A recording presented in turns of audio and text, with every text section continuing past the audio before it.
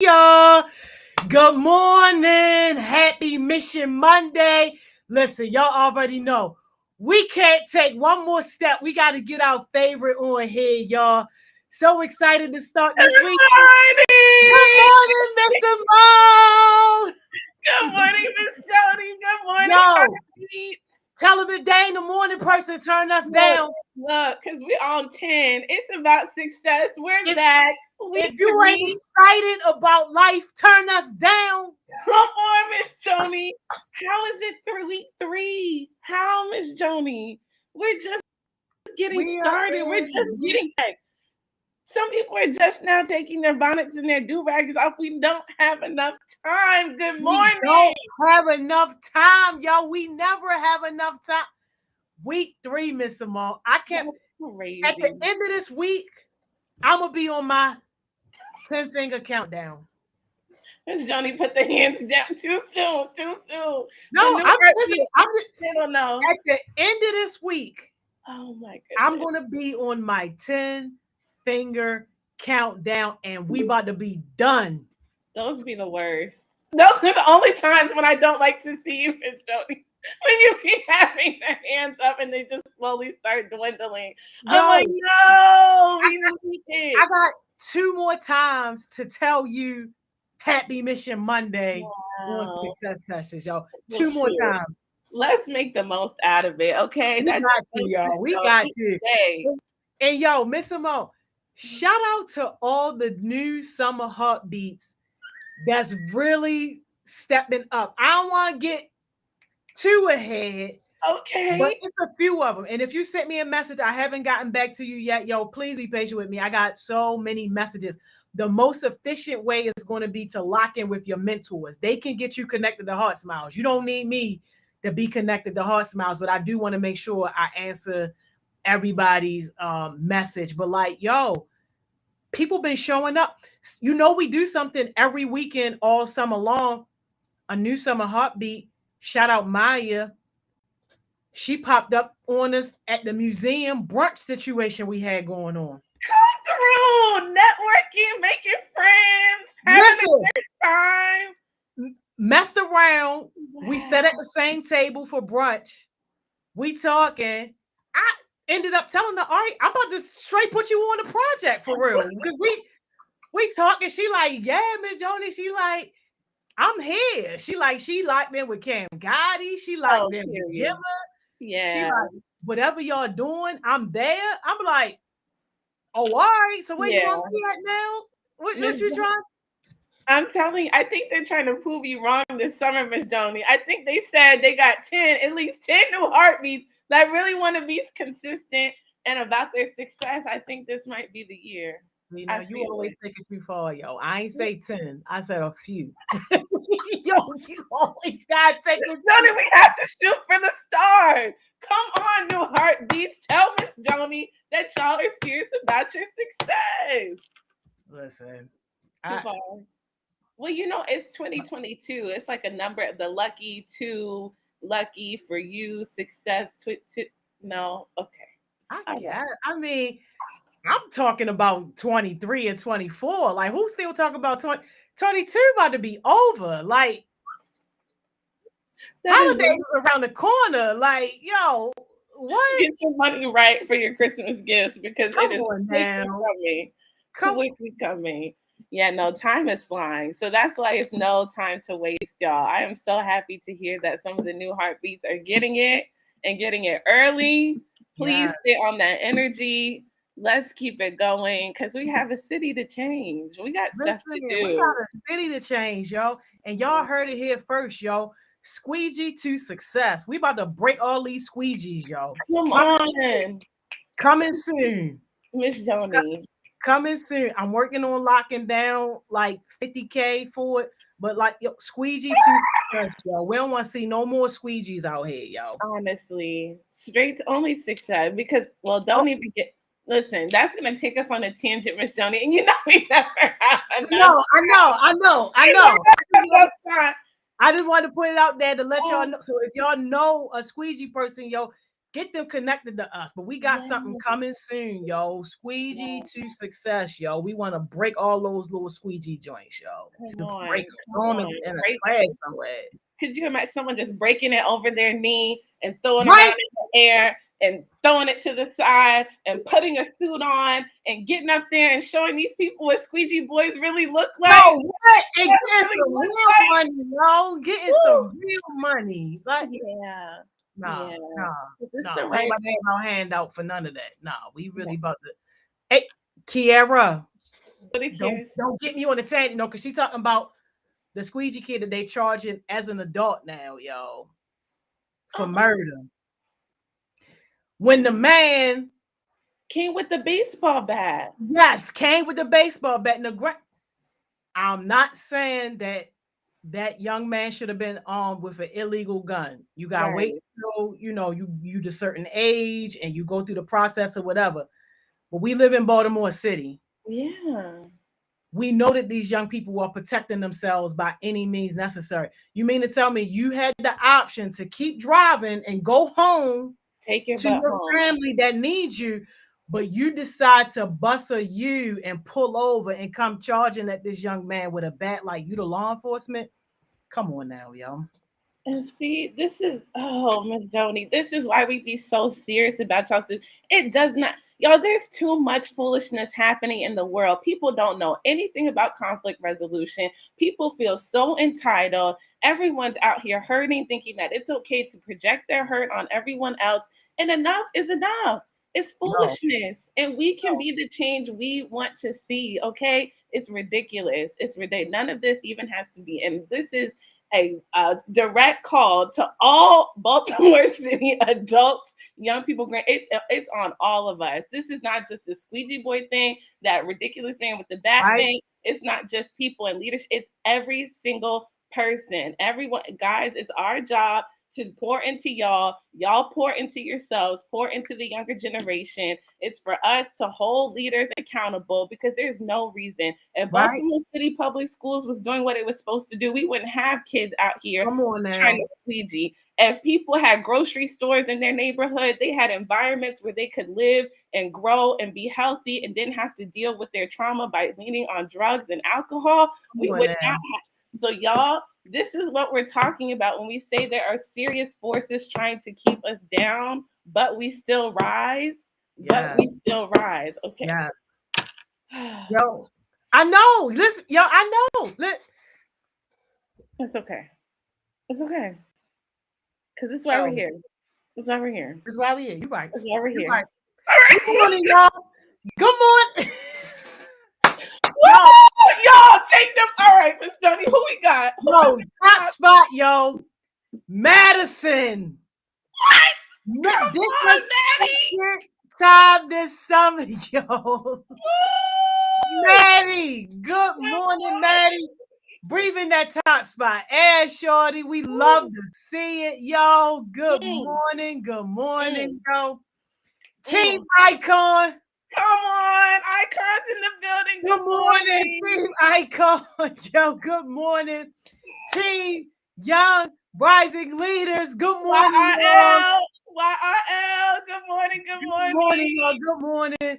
Team Chosen Generation. Good morning, y'all. Come on, Chosen One. Good morning, Chosen One. Good morning, good morning. Team Pulses. It's time to percolate. It's time to percolate. Good morning, y'all. Good morning. Good morning. Team New Gen Leaders. Come on, New Gen. Come on, New Gen. Good morning. Good morning. Team Champions on the rise. Come on, champs. Come on, champs. Where y'all at? Good morning. Good morning. Good morning. Team Takeover. Time for the takeover. Come on, Team Takeover. Good morning.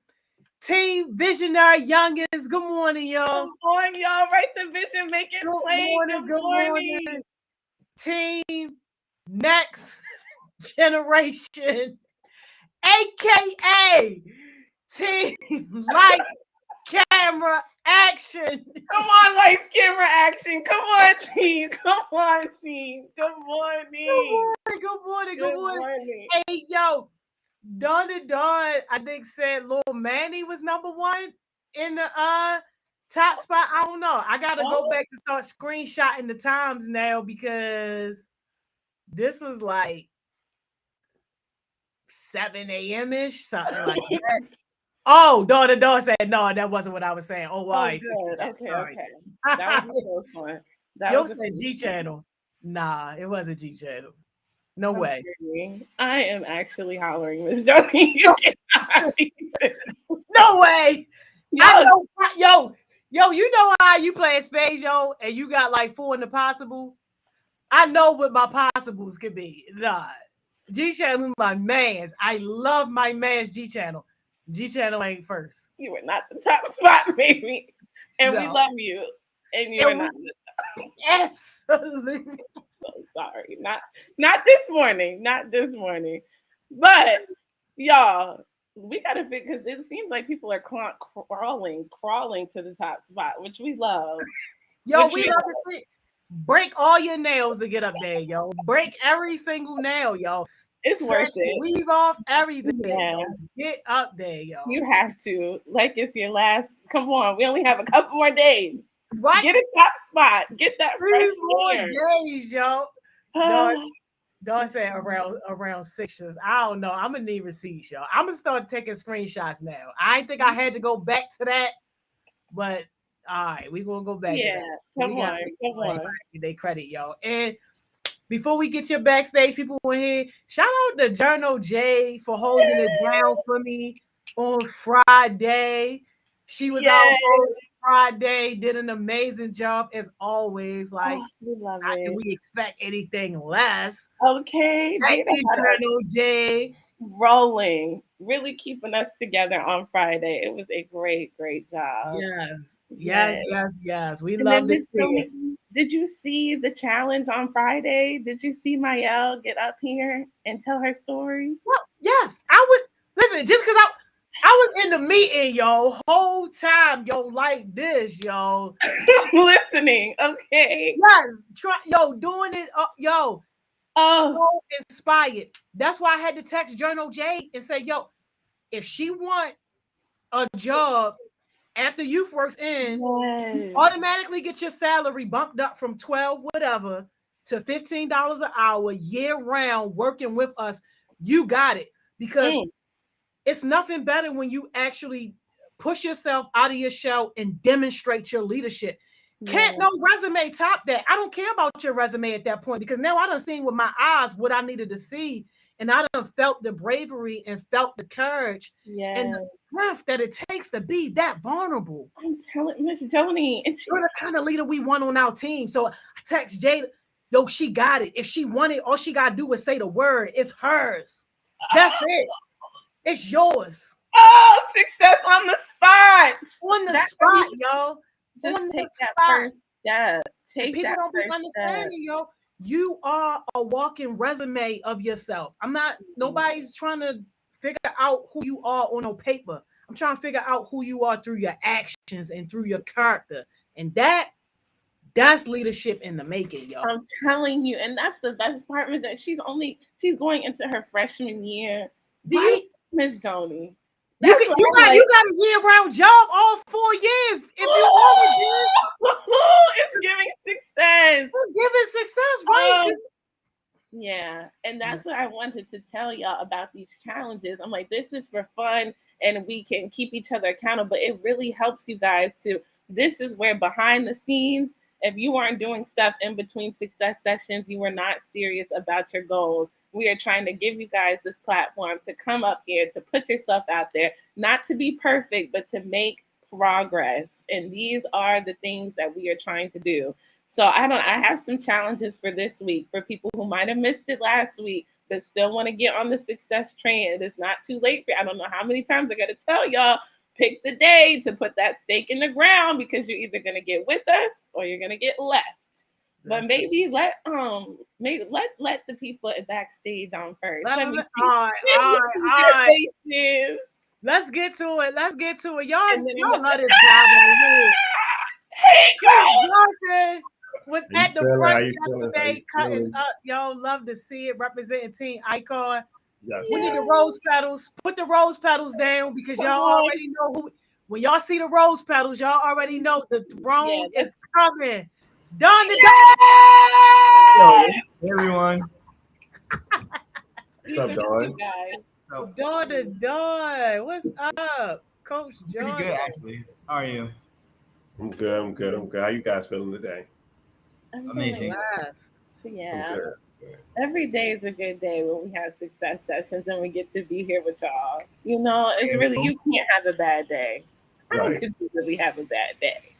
Look at these handsome people up here. Okay. Me and Miss Joni looking good too. We smiling, we having fun, we talking about real issues. Yo, It's gonna be a great day. Somebody get my barber on the line though. I was just thinking like I might need to call her. You know, yeah, don't you worry, got. Miss Dawn. I'm gonna get it together. Yeah, I got you. It's okay. I got you, Michelle. I got you up. But y'all, let me tell them about the challenges really quick, and then we got to jump into the session because it's about to be too good, too powerful. I really plan on shutting up and just letting y'all take it away. But I wanted to tell y'all about the challenges for this week. Okay, so the challenge for New Heartbeats is always going to be to get outside of your shell. Y'all already saw Naya Rose get on the first week. Y'all saw Mayel get on last week. So New Heartbeats, I'm calling you out. The challenge is for you to get your butt up here and tell your story. Share a topic that's meaningful to you. Nothing is too big or too small. That is the challenge for New Heartbeats. Okay. Then you guys know we did time management and we had planning with Cam and trying to figure out our schedules. So this is the challenge for this week. Starting today, I know we're already kind of halfway through our day, but you can still plan out the rest of your schedule during lunch, okay? I need y'all to tag Cam Gotti in your schedule. You need to put it on your story, just like how she does. She gives y'all a template. You have no excuse. Plan out your schedule, tag Cam, and also tag your actual heartbeat mentor if she's not already your heartbeat mentor. You need to do it starting today all the way until Friday. I want to see them schedules, y'all. Put it in there. You already are halfway through because I know you got to be at success sessions at 10, all the way down until 3. I also need to see what you're doing after 3 o'clock. So tag us, let us see your planning, start getting consistent with it. And then the second one, or this is the third one, is SMART goals. Last week we talked about SMART goals, making them specific, making them measurable, making them attainable, making them realistic and time bound.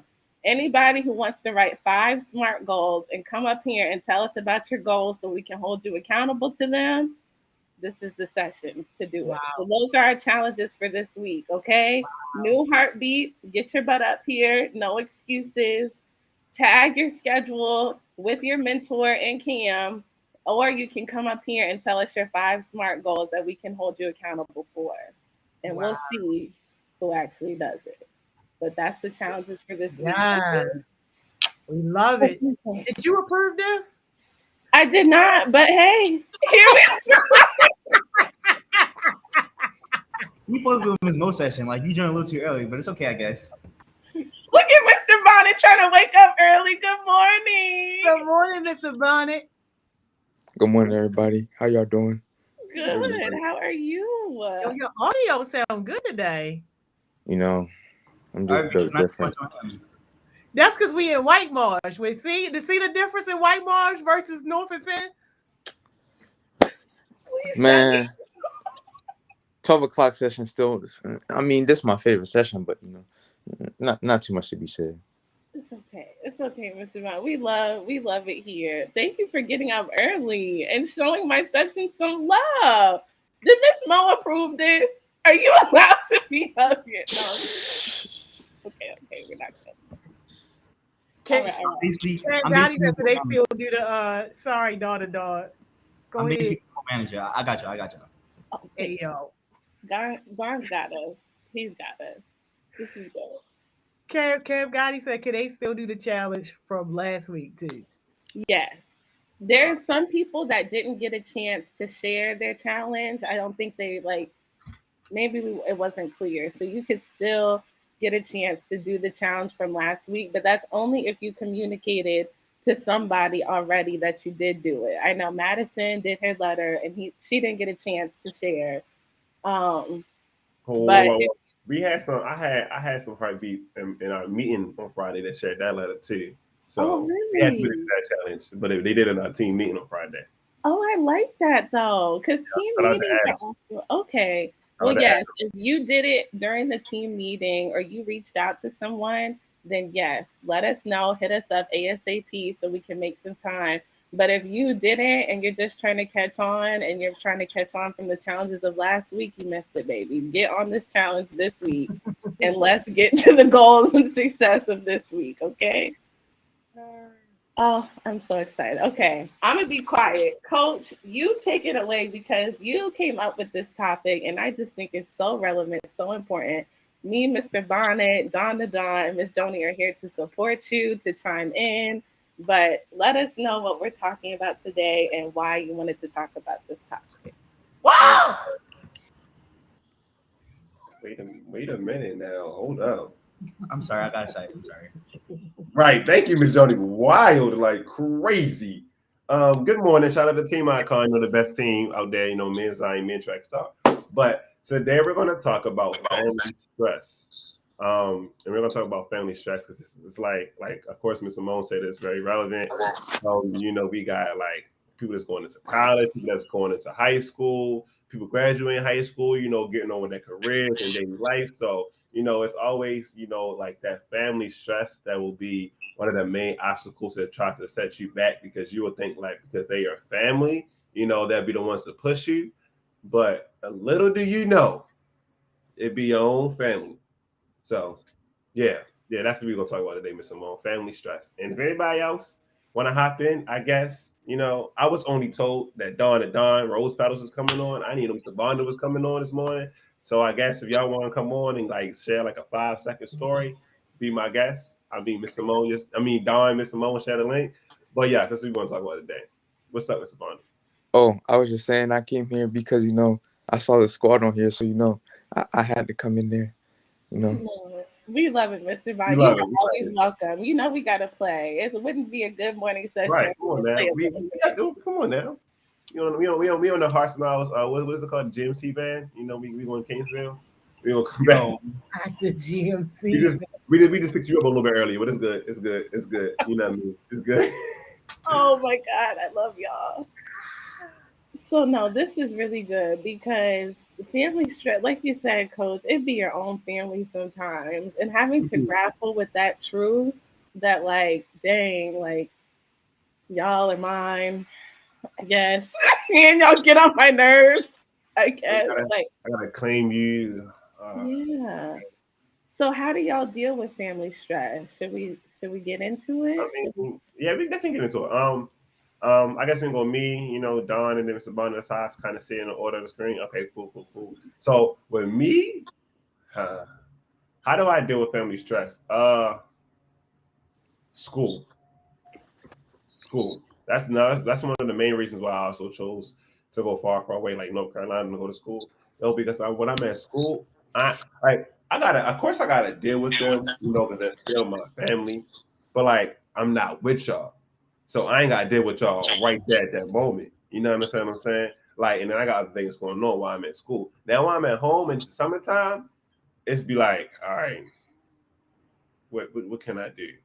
Most things I do, I probably at this point. So now I just turn my phone off because like out of reach. I mean, out of sight, out of mind. So if you can't call me, you know what I'm saying, and you can't bother me.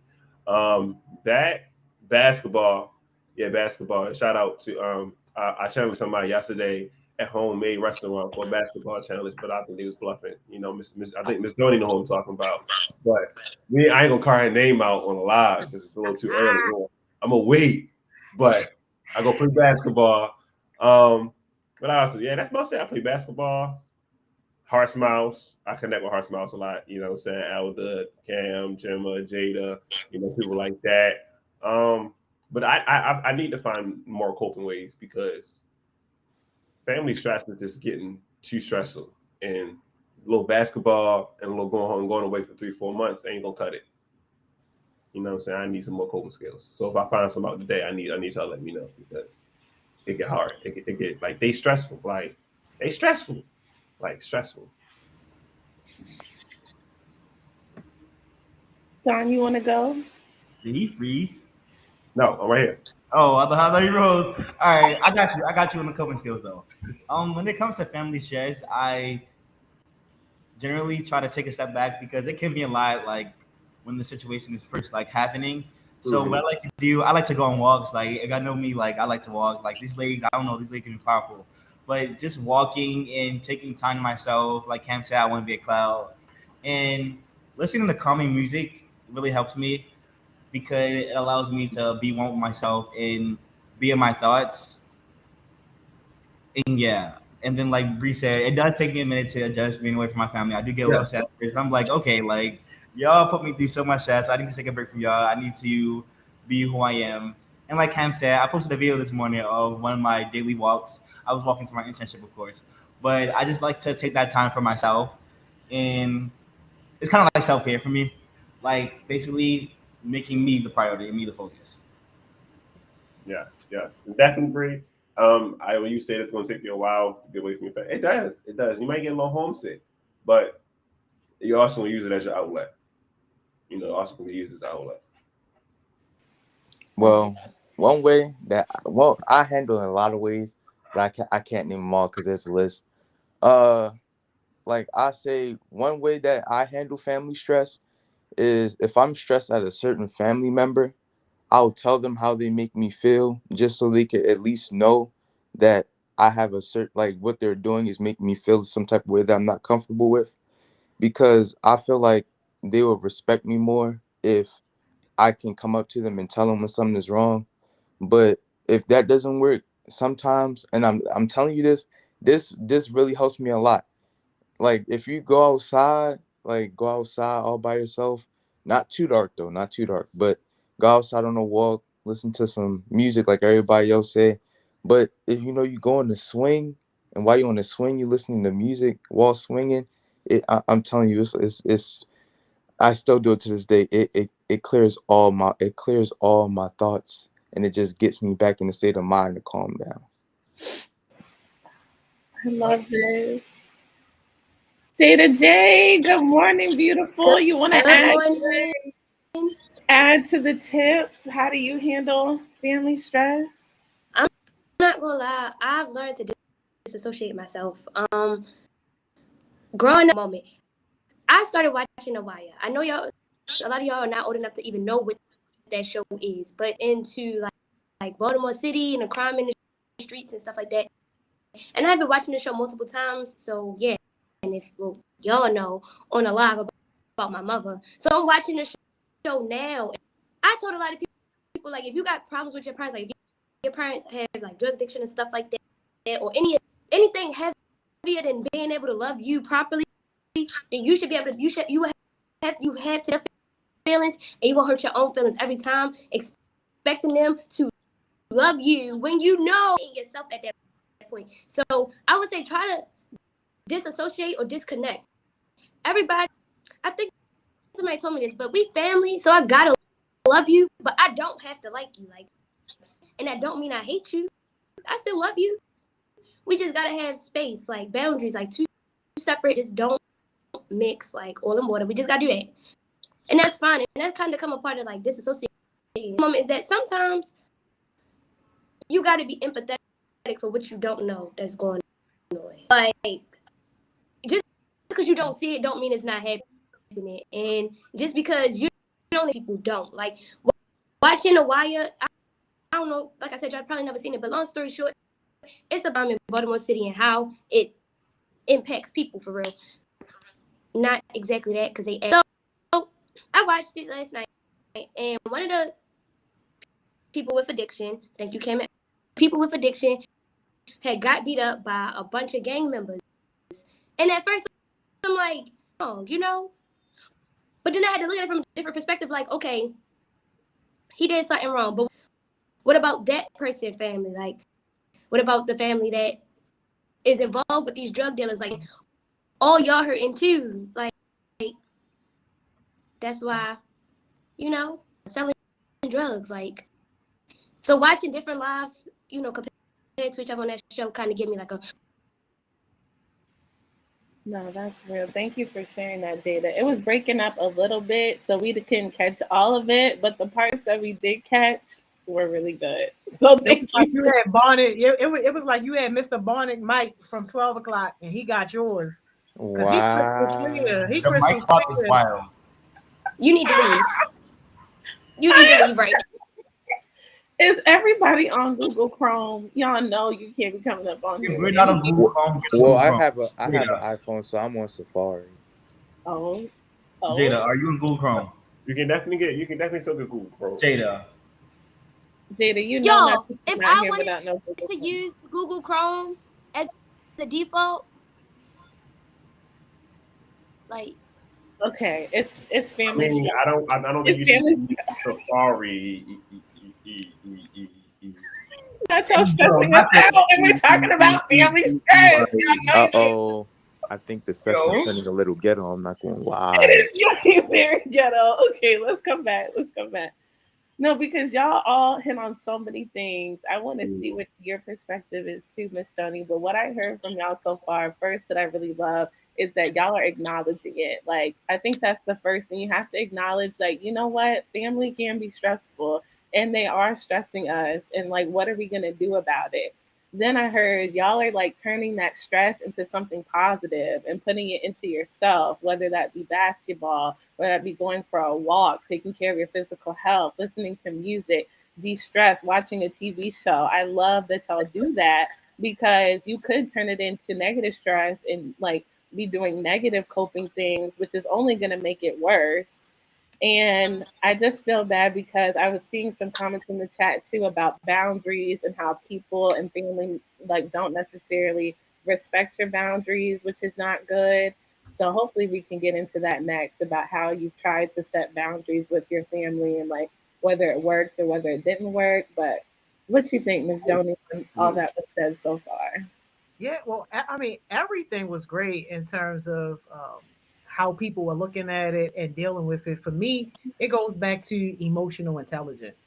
So you understanding your feelings, understanding the feelings of other people too, and then being able to manage those situations so that you can still have a productive outcome and knowing when, to Jada's point, when you got to love somebody from a distance. I got so many, so many people that I'm loving from a distance because it just don't work. And you just got to be smart enough to realize that and make your decision on where you want to spend your energy and time. I'm not spending my time and energy in places that stress me out for nothing. Like the good stress, bring it to me all day long. But that bad, unproductive, toxic stress, don't come nowhere near me. I'm not with none of that. Mm. Man, I mean, it's easier said than done, especially when it's your immediate family. Like, don't get it messed up. Like, I learned how to love people from a distance now. Like now, since I recently turned 20 years old, like I just gotta love it from a distance. But like from the type of person that I am, like for like the OG heartbeats, I think everybody knows what type of person I am. I'm a very caring person.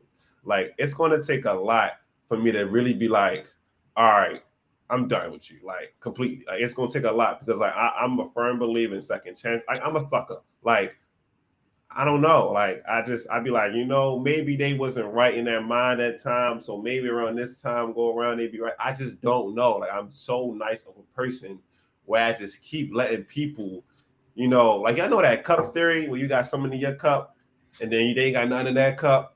And then you just keep taking out your cup and just keep keeping out your cup and you just keep taking out your cup and you ain't got nothing in your cup because they not giving you nothing back.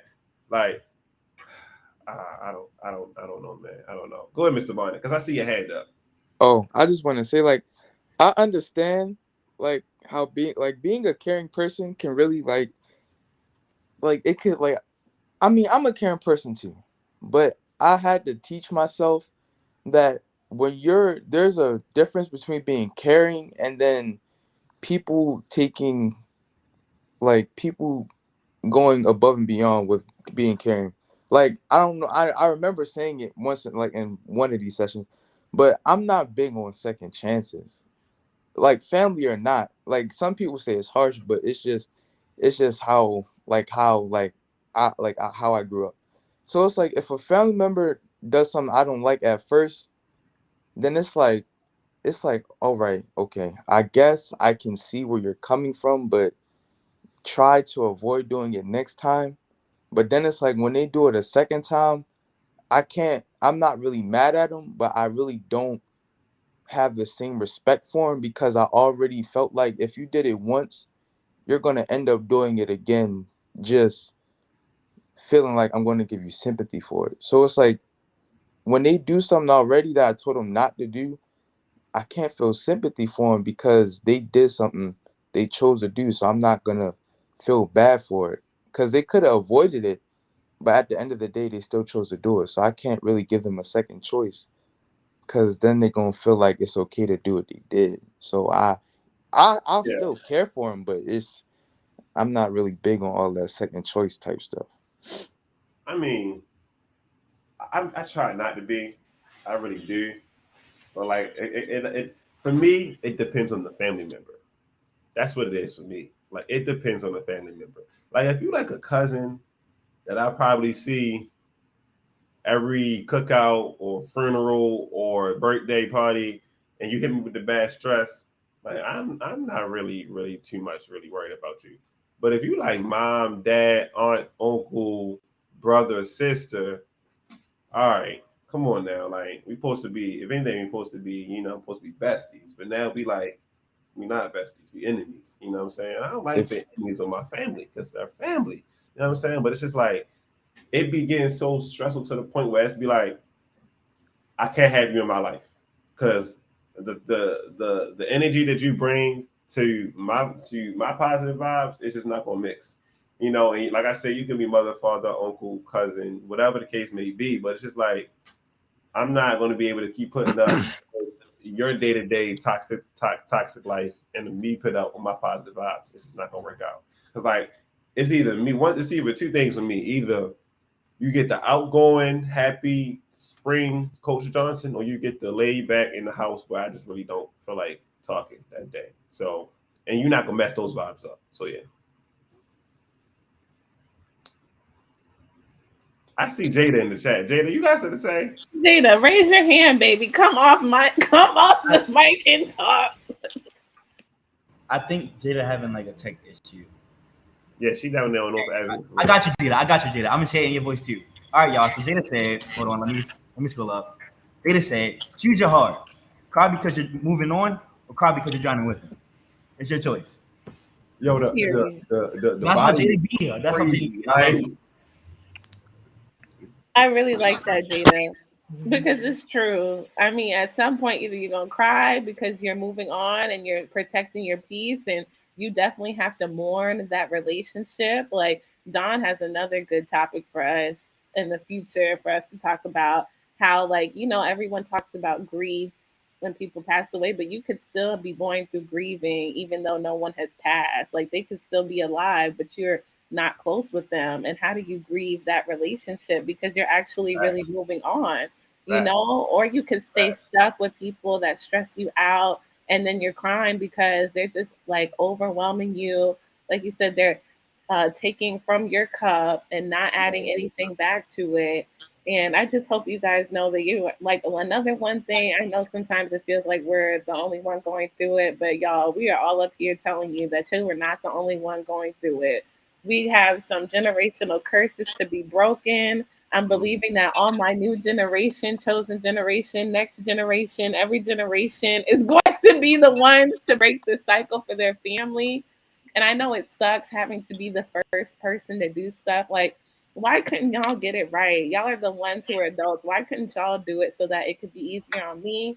But instead of looking at it like that, think about it like I get to be that person for my generation, and I Right. get to be that person for my success and my lineage. And like, we're not going to do that stressful stuff here. Not to say we won't mess up. We're all human. We're going to make mistakes, but we're going to be putting in all that intentionality to not put that on our kids and their kids and all that stuff.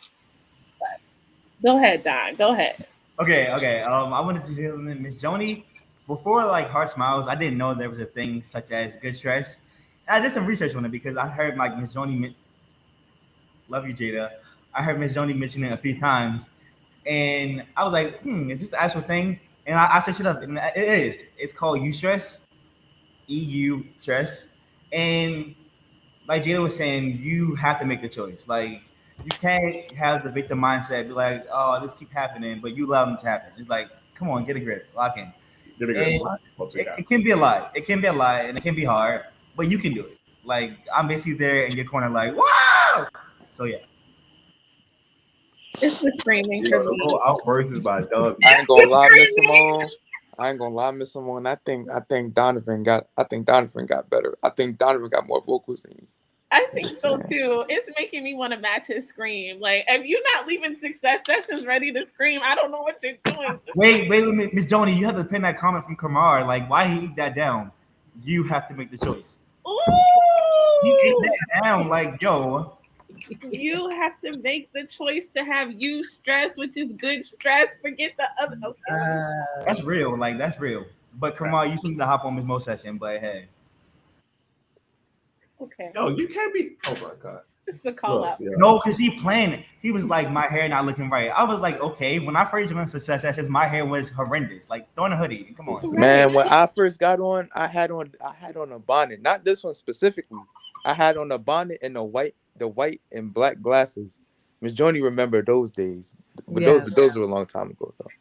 You know. I am screaming. Yeah, no, that's not. I had my times too. You know, do-rag central. Yeah. Can I make 2 quick points real quick? Because y'all only got 4 minutes, yo. Okay, go ahead.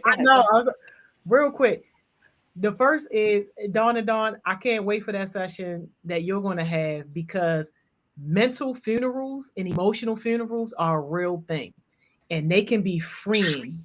Like that's like breaking your own chains from relationships that aren't serving you right. So can't wait for that conversation. Coach Johnson, what you said earlier about it's easier said than done. Absolutely true.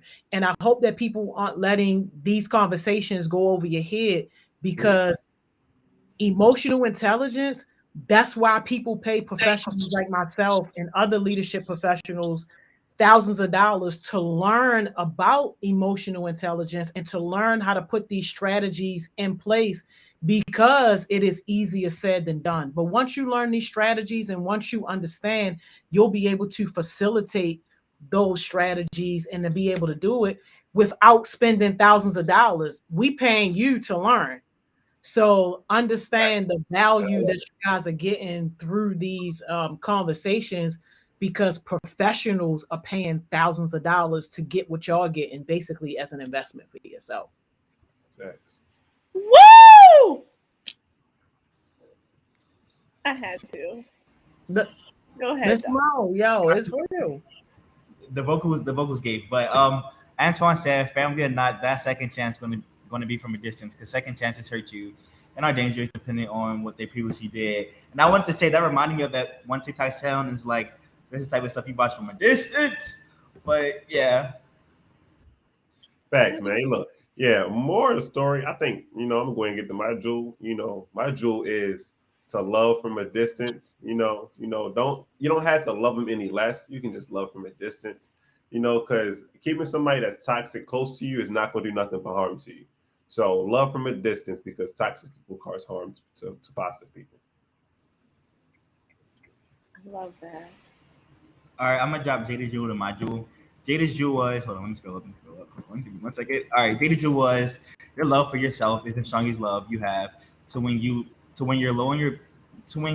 low on love, pour back into your own cup when you're big bottle of love, and that's real. Like you have to pour back into yourself. Yes, definitely. My jewel would be emotional intelligence can take you a long way. Like recognize how you feel, how others feel, and learn how to cope with the situation and find a solution. Facts. All right, my jewel, I got this from a Focus Friday. Eagles in the sky don't mess with rats in the gutter. I don't think y'all heard me. Eagles in the sky don't mess with rats in the gutter. That's my jewel for today. Oh, Mr. Bonnet, you should address it.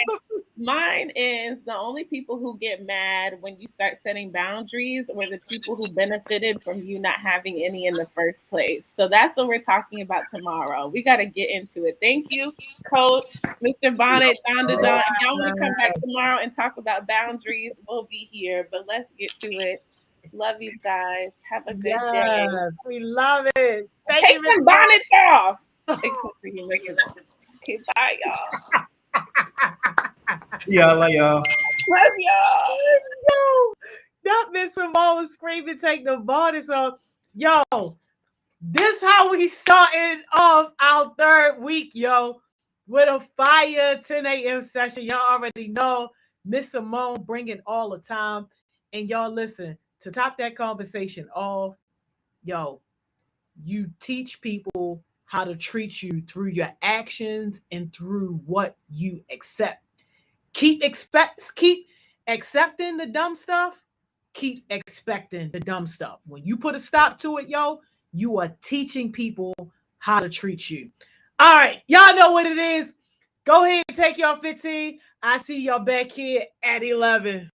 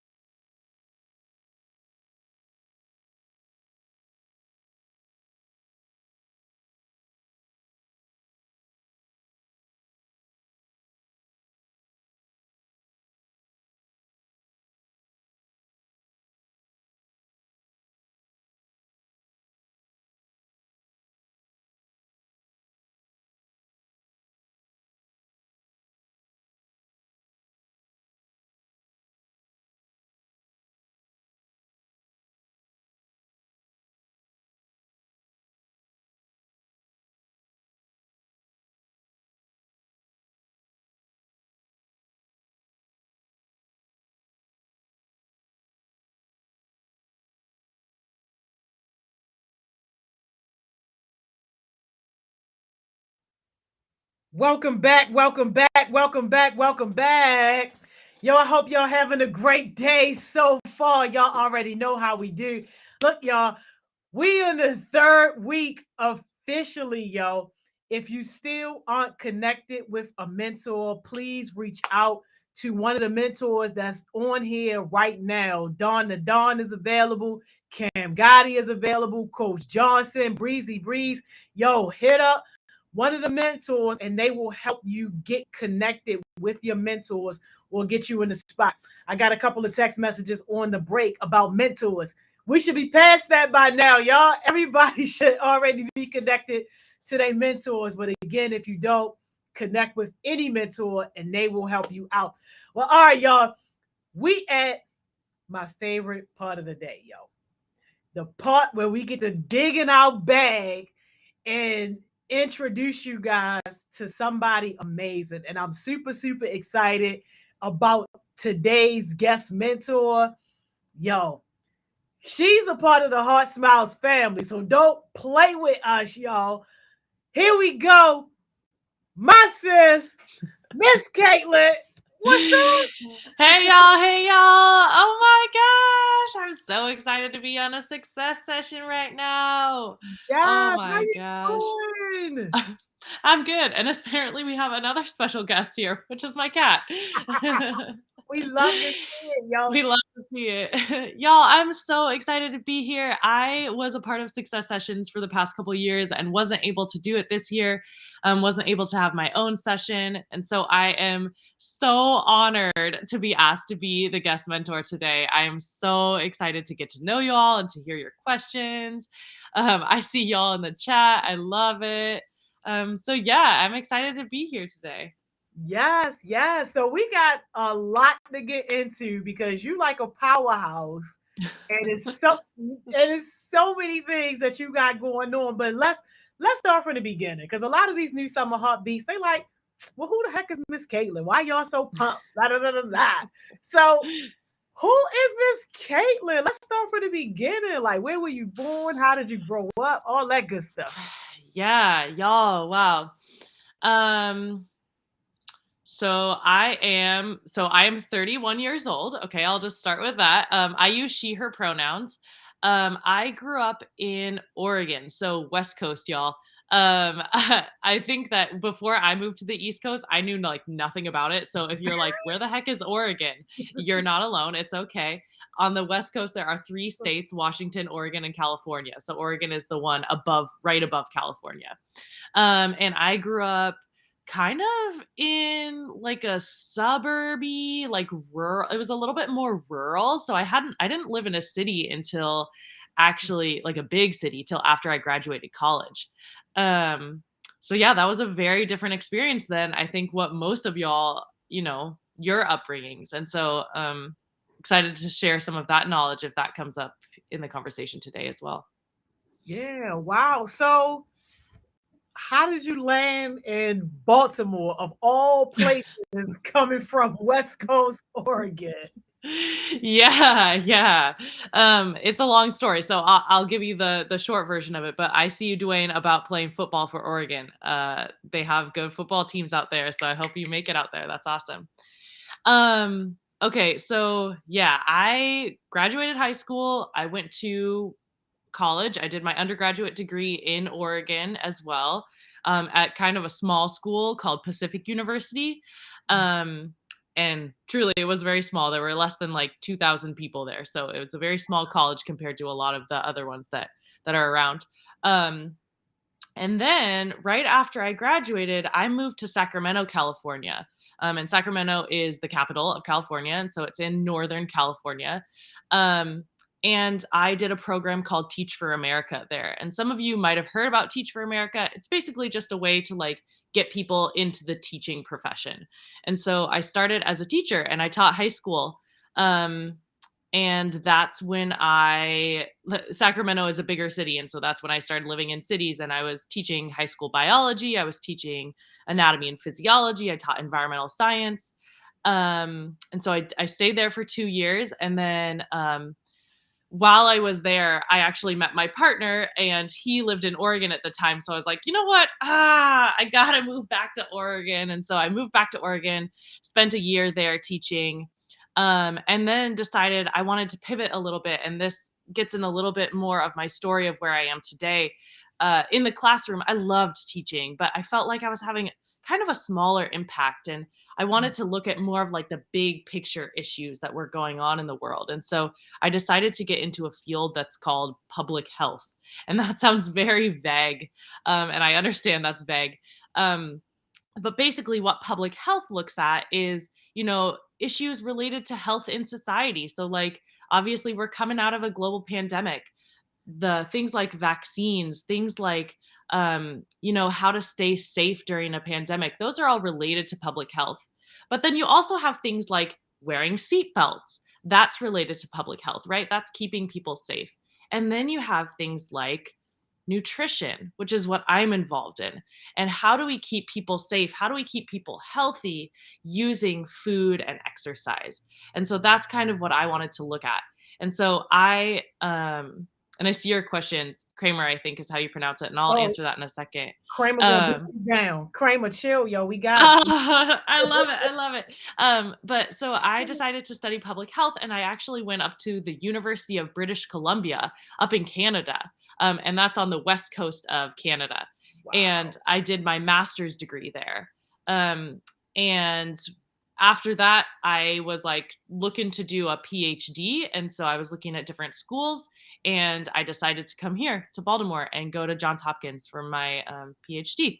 And so that's how I ended up here. Sorry, that was a long-winded story, but it's that's good. me. Thank God you did. And we definitely going to get into like more of the things that you are doing.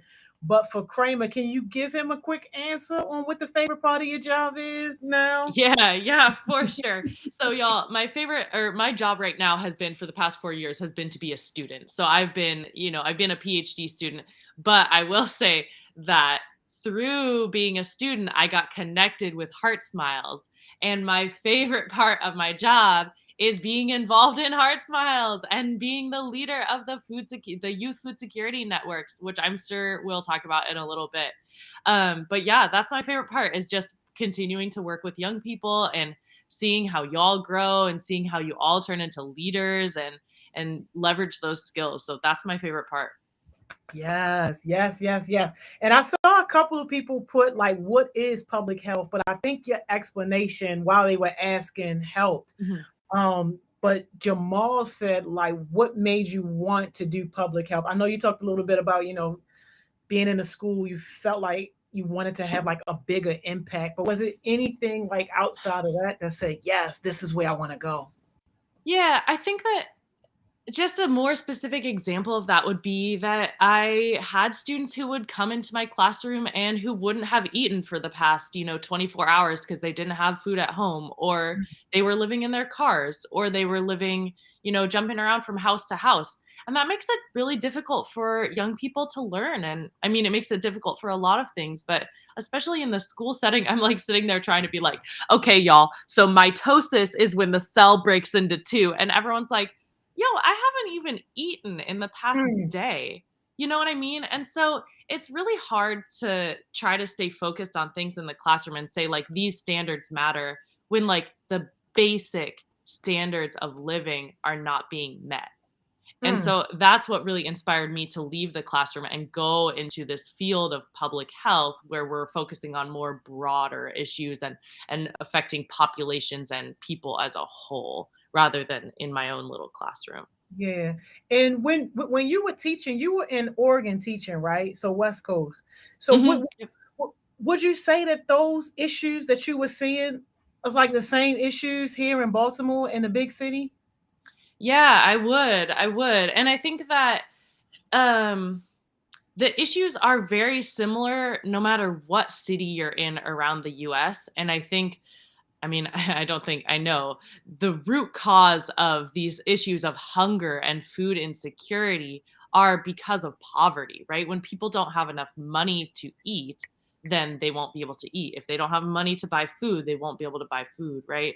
And the other thing around that is that uh we know that in the US, especially, poverty is unequally distributed. So Black, Indigenous, and other people of color are more likely to be in poverty and more likely to not have enough money because of systemic racism, because of the discrimination and the oppression that has been ongoing for hundreds of years. Right. And so you see those same patterns in cities across the US, no matter where you are. So that's what I saw. Yes, yes. Your team can't wait for us to build up to the part of you getting your PhD. They can't wait. So thank y'all so much for interrupting our flow. Let's go ahead and get this done because we are extremely excited and proud of our now Dr. or Dr. Cat. When we said Dr. K at first, she was like, well, we already got Dr. K. We're like, oh, well, you know what? Dr. Cat. But yes, can you please tell us what that has been like? Because you invited myself and some of the heartbeats to come and actually watch that like amazing dissertation that you did. Yeah, thank you, thank you, thank you so much for your congrats. And I see them in the chat too. Y'all, I appreciate your Right. support so much. And y'all, I will say, okay, so for people who don't know what this process is like, at the end of your PhD, so I went through 4 years of classes and then doing some research and then writing a big long paper that was like 250 pages long. And then at the end of that, I get to present it. I get to share with everyone what I was doing. And so I wanted my Heart Smiles family to be there. So I invited Joni, I invited the young leaders in the Youth Food Security Network to come and support me. And they absolutely showed up. And it was so awesome, y'all. It was so great. We had, I know I've seen Dawn and Kamaya in the chat, Zion in the chat. I don't know who else is here, but we had a lot of people show up and it was so fun, y'all. They were cheering for me out loud. Don was doing his little woo thing and it was a lot. It was the best. And everyone was just super excited to have the young people there and our heartbeats there. So it was a very fun experience. Yes, Dr. Cat.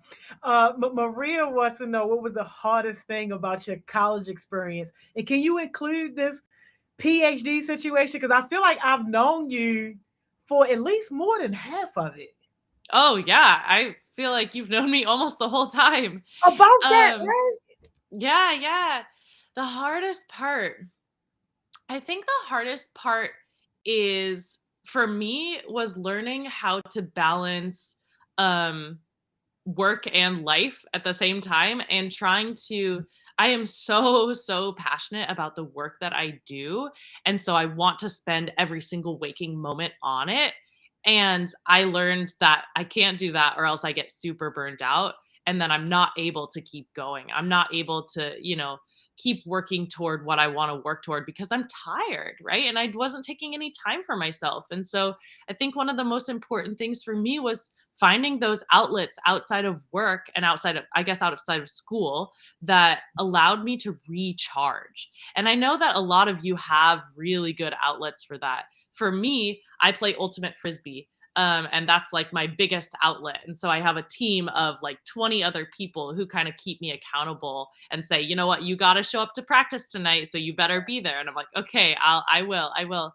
So having those accountability partners and having those outlets that help you recharge and really get your brain back on track, then the next morning I wake up and I say, I can do this. And I keep going on. Yes.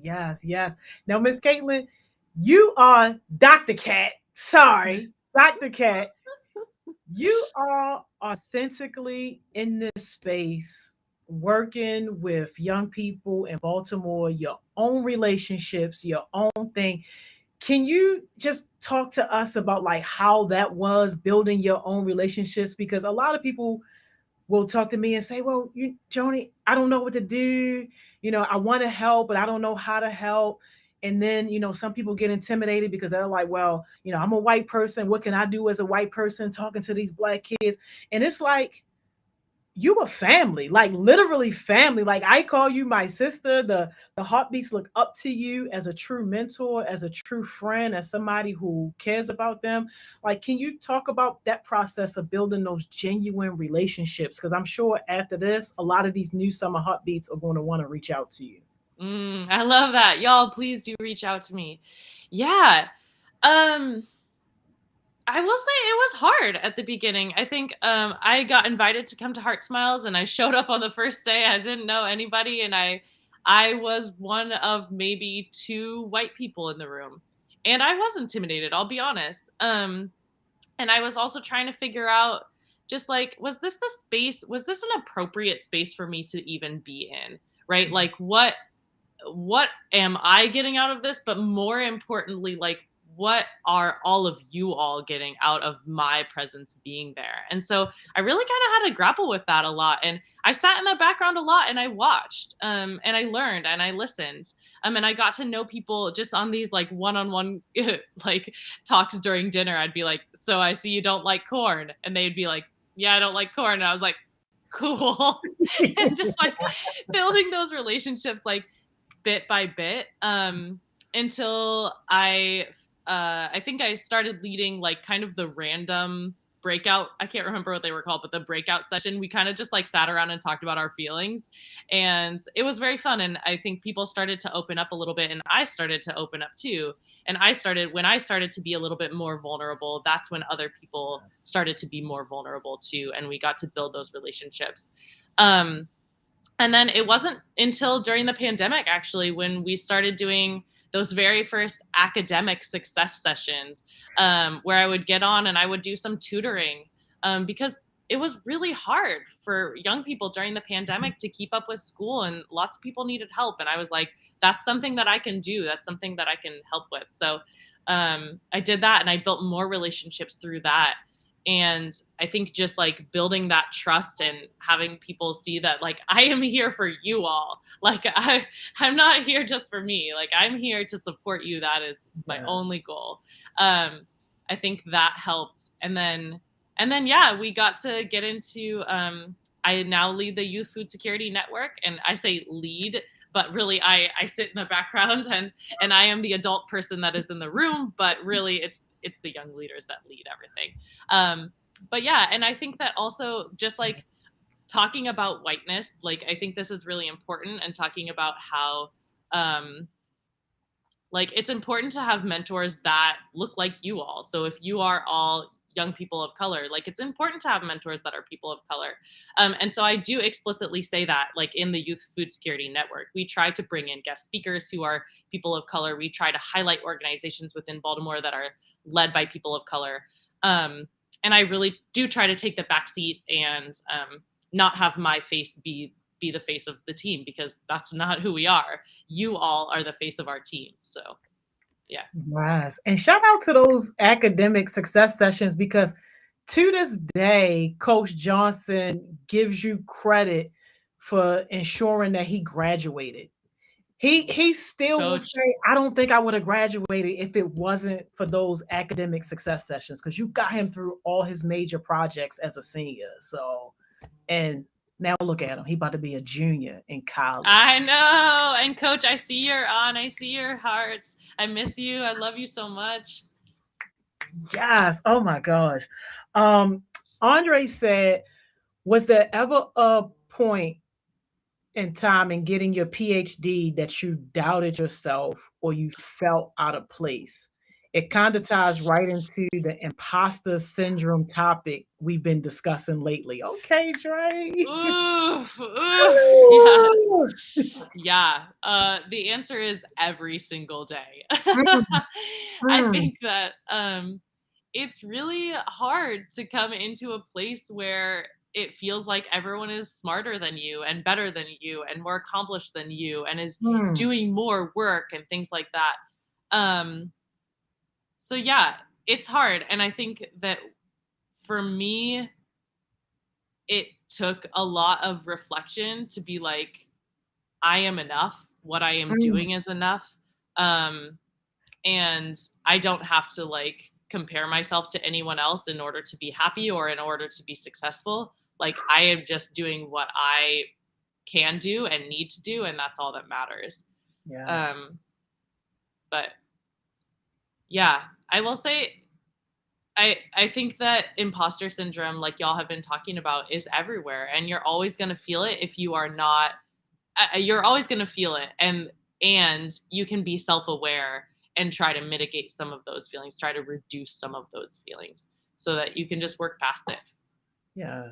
Yes. Love that. Love that. Food insecurity team. Can you walk us through how that even became a thing? Because when we first started Yeah. talking about it versus where it's at now, wow. Yeah. Yeah. Um, I just have to go back in time and relive it for a second. How did it even start? It has evolved so much over time. Um, yeah, so way back before I even like came into the picture, there was it came to light that there was a problem in Baltimore City, that young people were engaging in some behaviors like stealing and selling drugs or selling sex, in order to get food and in order to get money for food, and really putting themselves at risk, putting themselves in danger, just to get these basic necessities, just to get the basic necessities of life, food. So this caught the attention of the city of Baltimore. Actually, Baltimore city government was like, wait, this is not okay. We need to do something about this. And so Heart Smiles was already working with Baltimore city government, and I think y'all kind of came together. And I guess I was there too, but it was really like, it was truly like the connection with Miss Joni. Miss Joni is very well connected, y'all. And they went to Miss Joni and they were like, hey, do you have young people that could like help us out with this? Um, and she was like, yes, I do. I definitely do. And so we brought in young people, and they were at those very first meetings with the city. Um, and they were the ones who were really advocating to get a group set up that was focused on youth food security here in Baltimore. And because that's what my PhD was focused on, it was kind of a natural place for me to come in and help out and just like get the group together.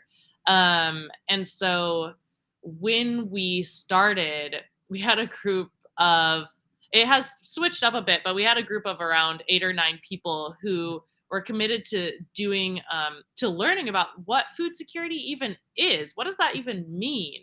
And what does it look like? What is the story in Baltimore City around food security and around hunger? And then what can we as young people, or what can you all as young people do to address it? How can you play a role in helping fix that? And so that's kind of where we started. And we've gone through lots of different things. We've done some education around it where we would meet every week, and then y'all would have homework, and then it would bring your ideas and we would have a discussion. We've had guest speakers come in, and then we got to a point where we were like, okay, we know what the story is. We know what the problem is. Now, what the heck are we going to do about it? Yeah. And so we had like a Shark Tank competition where groups of young people brought ideas to the table and presented them about a project that we could do. And then the group as a whole voted on which project we wanted to do. And we were like, okay, great. Now we have an idea. And now we really have to like go through with it.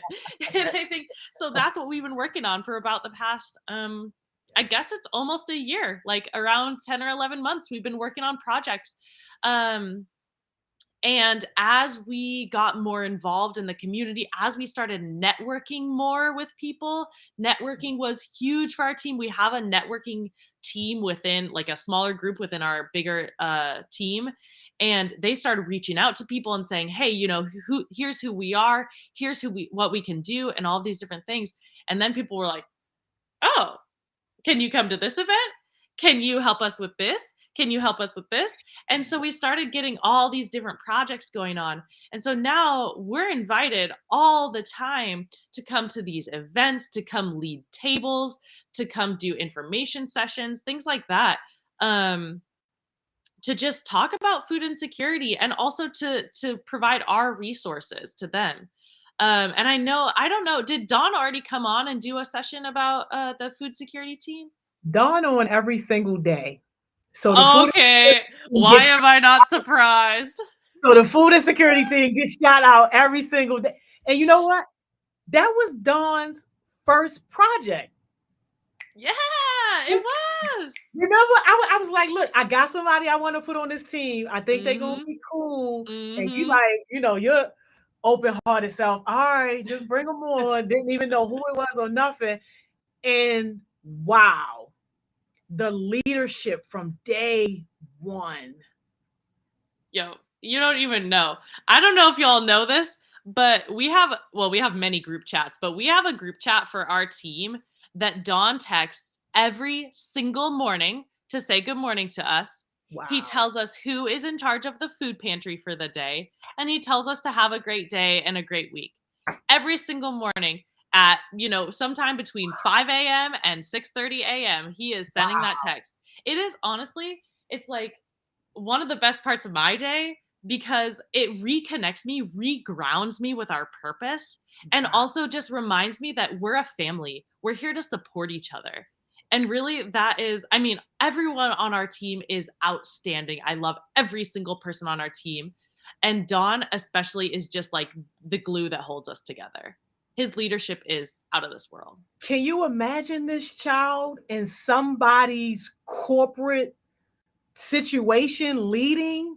Yes, Like 100%.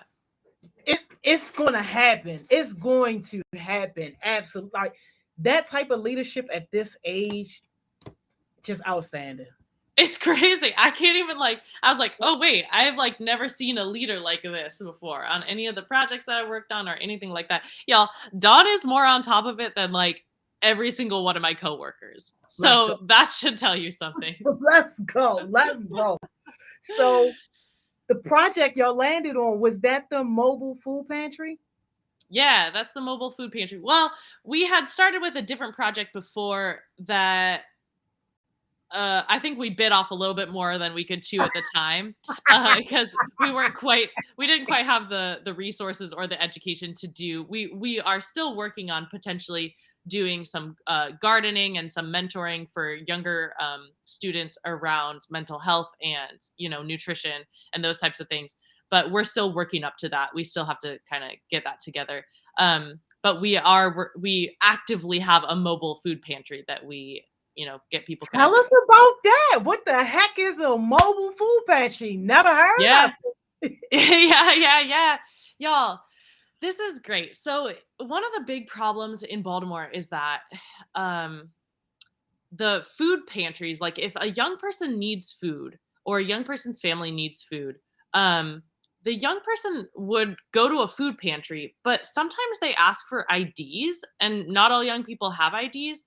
But the biggest problem is that the hours are just not available for you all, right? Like a lot of times they're open at 11 a.m. on a Wednesday, but y'all are in school most of the time, right? Or at your internships or at your jobs during the summer. So 11 a.m. on a Wednesday is not going to work for young people.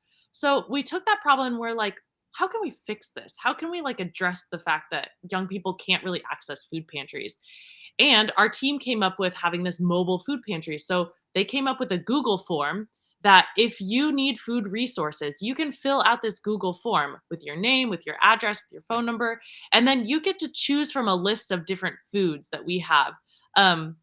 So I think you pick out of a choice of a vegetable, a fruit, like a carbohydrate type thing. I think we can pick a meat, and then there's breakfast foods on there and drinks on there. And so you can pick from a list of these things.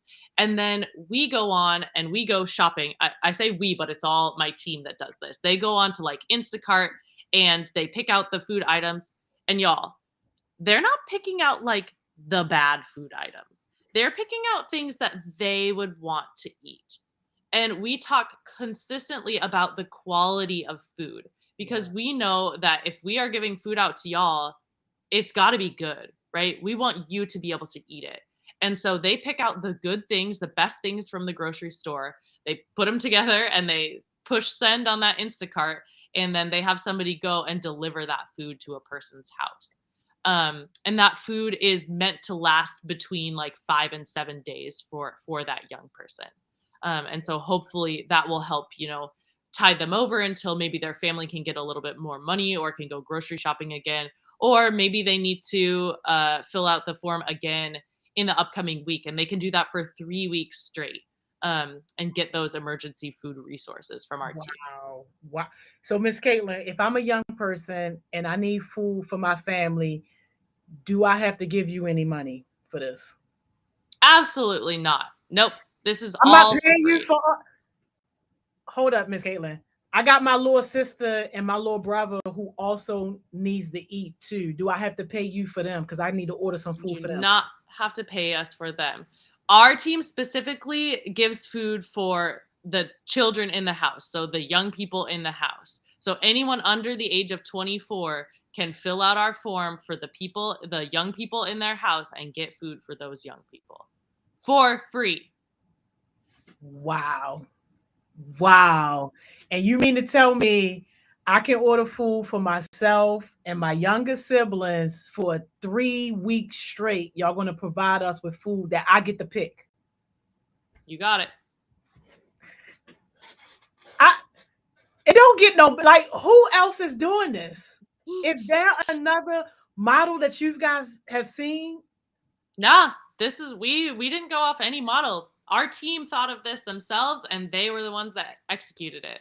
Let's go. We the blueprint. So when you see cities like Philly and Chicago like doing this stuff, because trust and believe, food security, y'all gonna have to be at some type of conferences present this. Like I'm thinking like APHA, something like this, talking about how this is working, the impact that you guys are having, because this is unheard of. And are you asking young people for ID? Do I gotta verify any information? You have to just verify your address, because that's what we use to deliver the food, but that's the only thing you have to verify. Address and phone number, because that's how we get a hold of you. But those two things Wow. only. So let's just say I'm in an unfortunate situation, and this is real, that I might be staying at a vacant place. If I give you the address to that vacant place, will you be able to deliver to me? Yeah, and we're trying to work out. So right now, I think that's the case. Like, you can give us the address to that vacant place and we will deliver to you. But we are also trying to partner with a place called Springboard Community Services. Um, and it's a building that's right next to Poly and Western, like literally like a stone's throw away. And we are going to have an in-person pantry there, still free, no IDs, no nothing. You can just go and pick out food from there. And they will provide transportation for you. So they will send an Uber to go get you and then bring you to the food pantry and take you back, so that you can get food. We don't have that set up quite yet, but that's what we're working toward. And the other cool thing about that, y'all, is that in-person community Springboard is, they also help with housing. They help with mental health services. They help if you're having problems with your parents, if you're getting in fights with your parents, they'll help with that too. So they have a lot of different services that this is going to help with, if you're in need of some of those other services too. Yes, love that, love that. Elder and Maria are asking something like the same thing. Elder said, "How can Extra Love donate to this?" Extra Love is Elder's catering business, and Maria wants to know, do you guys have donations? Elder, amazing. I wasn't able to go to your first event, but I saw all the pics and I heard it was amazing. Congrats to you. Shout out to you for doing that. That's amazing. And I love the name Extra Love. Love that so much. Yeah, let's connect. I don't like I said, my team is in charge of everything. I kind of sit in the background. So I saw in the chat, I think Don said let's connect about that. So we'll hit you up, and if you don't hear from us by tomorrow, we'll put it on our list, because we meet every week on Tuesday. We'll talk about that. We'll come up with a plan, and we'll get you in here, because any help that you can provide is going to be just more food that's going out to young people who need it. Yes, yes. And Miss Caitlin, I hear you talking about the young people, they doing all these things, they doing conferences, they doing trainings, they doing meeting and all this stuff. Are your team members, are they working for free out here in these streets? No, they're not. They're not. Our team members get a stipend every month, so they get every 2 weeks they get paid. Wow.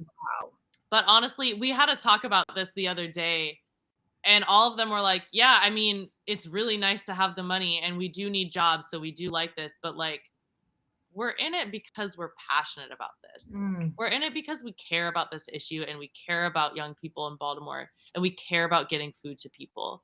So you're right. Yes, they do get paid and they should get paid because they are doing a lot of work. Yeah. But that's not why they're there. That's not why any of my team members show up on a daily basis. They show up because they care. Yes. I love that. I love that so much. And y'all, I can't overemphasize the importance of what Dr. Cat just said, because yes, we want you to be learning and growing as leaders. Yes, we want you to be giving back to the community and making impact. But we also want to take care of you as well, because when you are taken care of, then you can show up and do a better job and help take Mhm. care of others. We're never going to be asking you to do stuff like just for Mm-mm. free. Like, Mm-mm. no. Yeah. I love it. I love it. I love it. Oh my God. Oh my God. Can you talk about like where you see the food insecurity team going, especially in light of all that's happening in Baltimore, which I wish I could say it was good, but you know, Yeah. between the murders and the squeegee situations, like it's just a lot. But where do you see food insecurity going and fitting in with some of these issues? Yeah.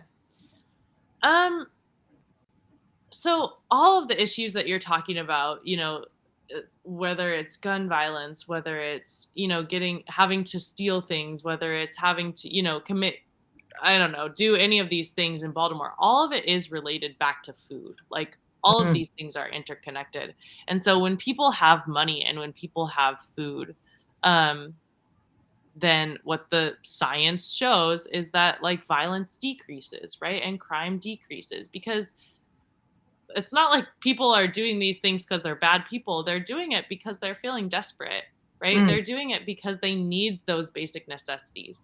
And so the way that our team really fits in, and I'm hoping that we'll just be able to like keep expanding out and reaching more and more people, is that like when we connect with those people and provide them with the things that they need, they won't feel so desperate. They maybe won't have to go out and do some things that they might not have done in the first place.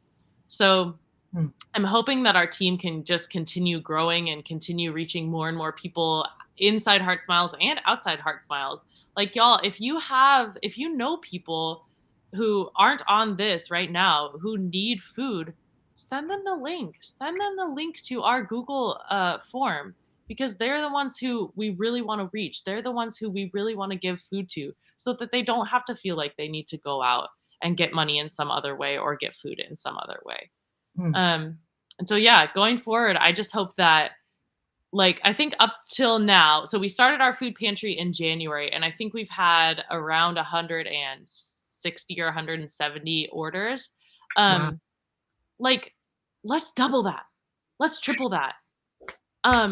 And hopefully what happens eventually is that we reach so many people and so many people feel supported that then they put us out of business.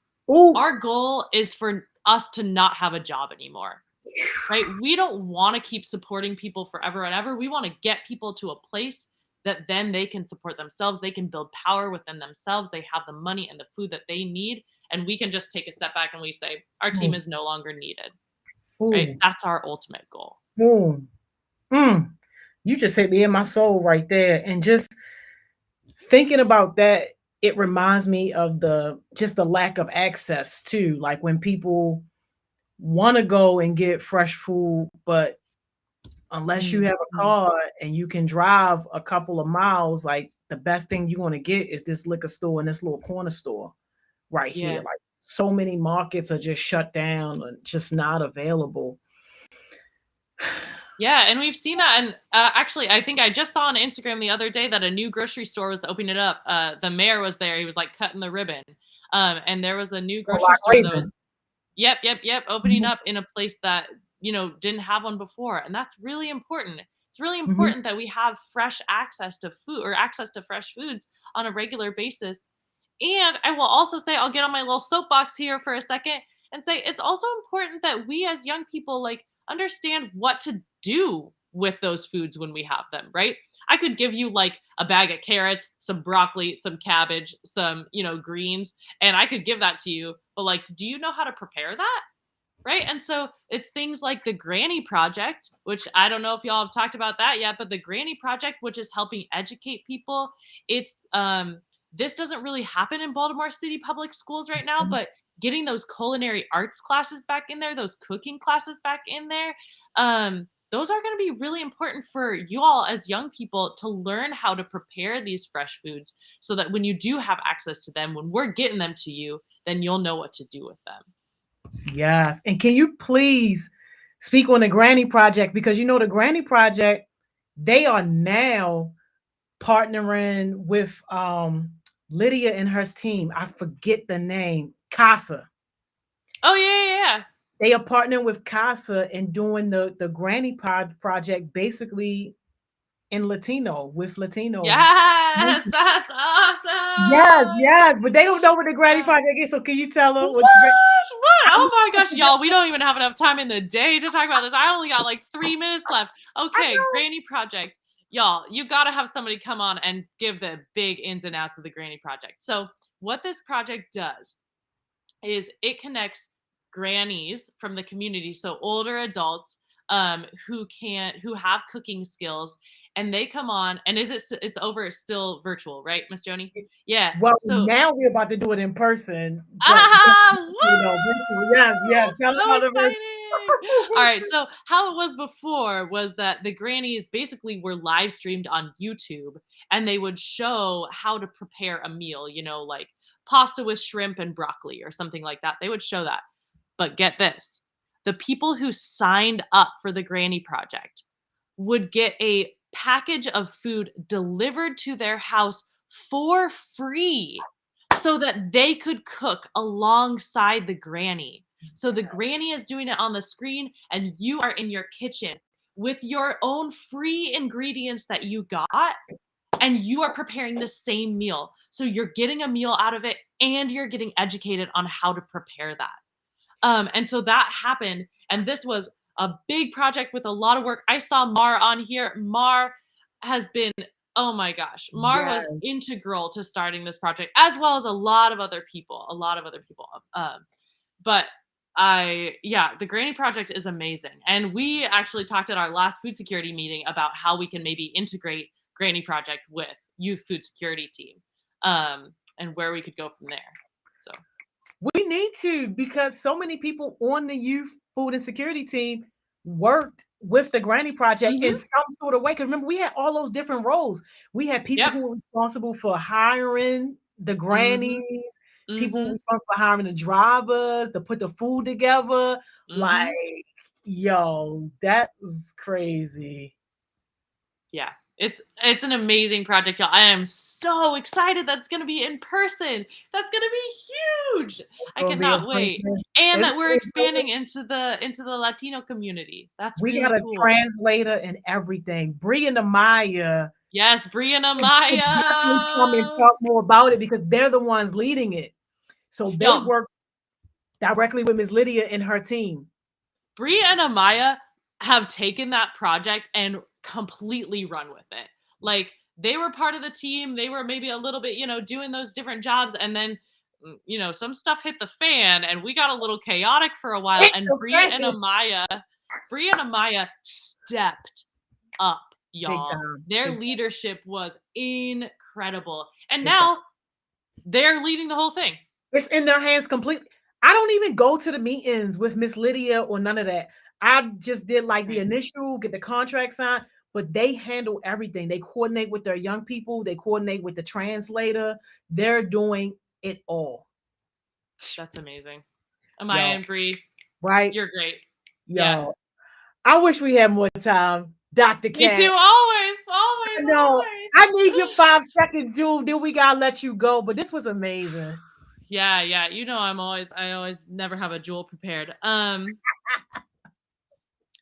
jewel, y'all, would just be, and I know this isn't very creative, but just be involved in Heart Smiles. Get involved. If you are one of those people who is just putting hearts in the chat, but you're not doing anything other than that, it's time to step it up. You've seen a lot of examples of people today who have been, who started from ground zero and now they are leading complete projects by themselves. They started where you are. They started from nothing, right? So get on it, right? It's more than just putting those hearts in the chat. It is connecting with people. It is networking. It is, reaching out to me if that's who you want to, reaching out to the other guest mentors that come on, and really get involved. Yes. Thank you, Dr. Cat. You got a whole fan club. Like, yo, come back. I'm going to share your Instagram. Sounds good. So y'all look, y'all can send Dr. Cat a message if y'all serious. I'll put her information on the resource document. Thank you so much, Dr. Thank you Cat. so much for having me, y'all, and have a good rest of your day. Happy week 3. Thank you. Bye. See you later. Okay. Y'all, didn't I tell y'all my sister was a beast? Didn't I tell y'all my sister was a beast? All right, y'all already know what to do, y'all. Go ahead, take your 15, make it good. Strap in, because we going down 83, shorty.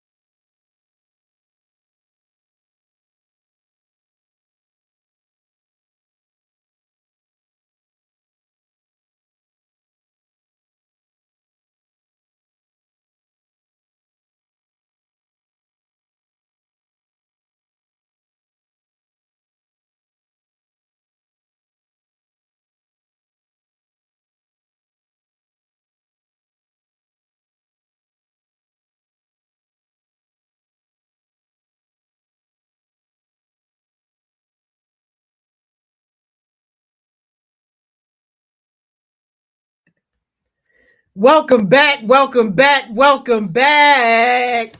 Yo, it's y'all locked in. Y'all already know how we do, yo. Make sure your seatbelt is on tight, yo, because we making that hard right off 83 going straight down North Ave, yo. We pulling up. Get the roses out because y'all already know how we do, yo. None other Don the Don. Yo. Okay, so this is like unrelated, but I was texting in the mentor group chat, and then Majority came on like, "Welcome back," and I was so scared. Like, I wish it was in the camera. Like, that was so embarrassing. Like, yo. Look, but you here though, and we Yeah, I'm love here. it. I'm here. And you stepping in for Miss Money Yeah, Mo. we got her back. We like cousins now. Like, I'm her manager for real. You basically our manager, no lie, for real. Yo. So are we in the ghetto? We where we at? We on Rolling Street. We not too much in the ghetto. We in Rolling Avenue. Not hey, yo, what? Yeah. Y'all better get on your best. Yo. All right, so we're gonna get into the daily question. If you could visit a fictional place from a TV or movie show, where would it be, or why? And why? Which one you want to go first? Man, Game of Thrones, yo. But I'm having a hard time deciding if I want to hang with the Starks. Yeah. You know what? Yeah, throw me over there. All right, why? Throw me in the north. Why? Just because I love the medieval stuff. Like when it comes to like movies, when I do get a chance to watch movies, aside from Marvel stuff, anything medieval type situation, I'm on it. Why somebody say Hawkins? Like, hello? Like, they literally have the upside down. You not getting out alive. Babe, like, you see Elle fighting for her life. What you mean you want to go to Hawkins? I'm scared. Like, what? Back then gonna have you like, but hey. You. Did I come in at the wrong time? What did I just see? Hey, Mr. Bonnet. They all like they want to go to Hawkins. Y'all, did I not see season 4 of Stranger Things? I'm scared. Hold on, what's the question? Because I'm seeing mad cartoons in the How chat. you coming on here and don't know the question? Know the question. Like, all right, the question was, if you could visit any fictional place from a TV or movie show, where would it be and why? Any fictional place. Any fictional place. Marvel. The whole Marvel Cinematic Universe. You know?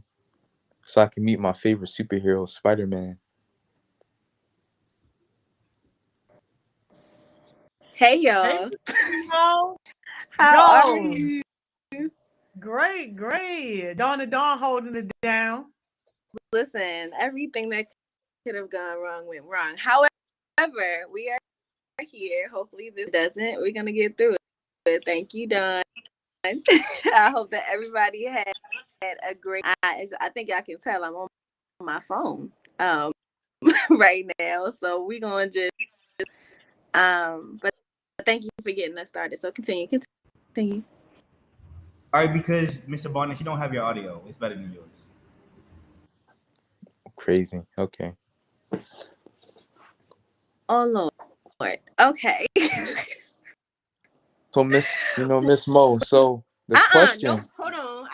I understand that I'm late. I have a beef with you because when you thought that I wasn't watching, I was there, and so I don't want to talk to you. Look, let me explain, right? Look. All right, so basically, I woke up this morning, 10 o'clock, on Success Sessions as usual. Y'all lock in for I tweak out. And then, Miss Simone said a word that I could not resist. She said success and powerful topic. So me being the person I am, ready for change and differ the universe, I somehow ended up on the session. Do I know how I ended up there? No. But am I complaining about it? No. But the thing is that matters most is that I am still here for you. That's all that matters.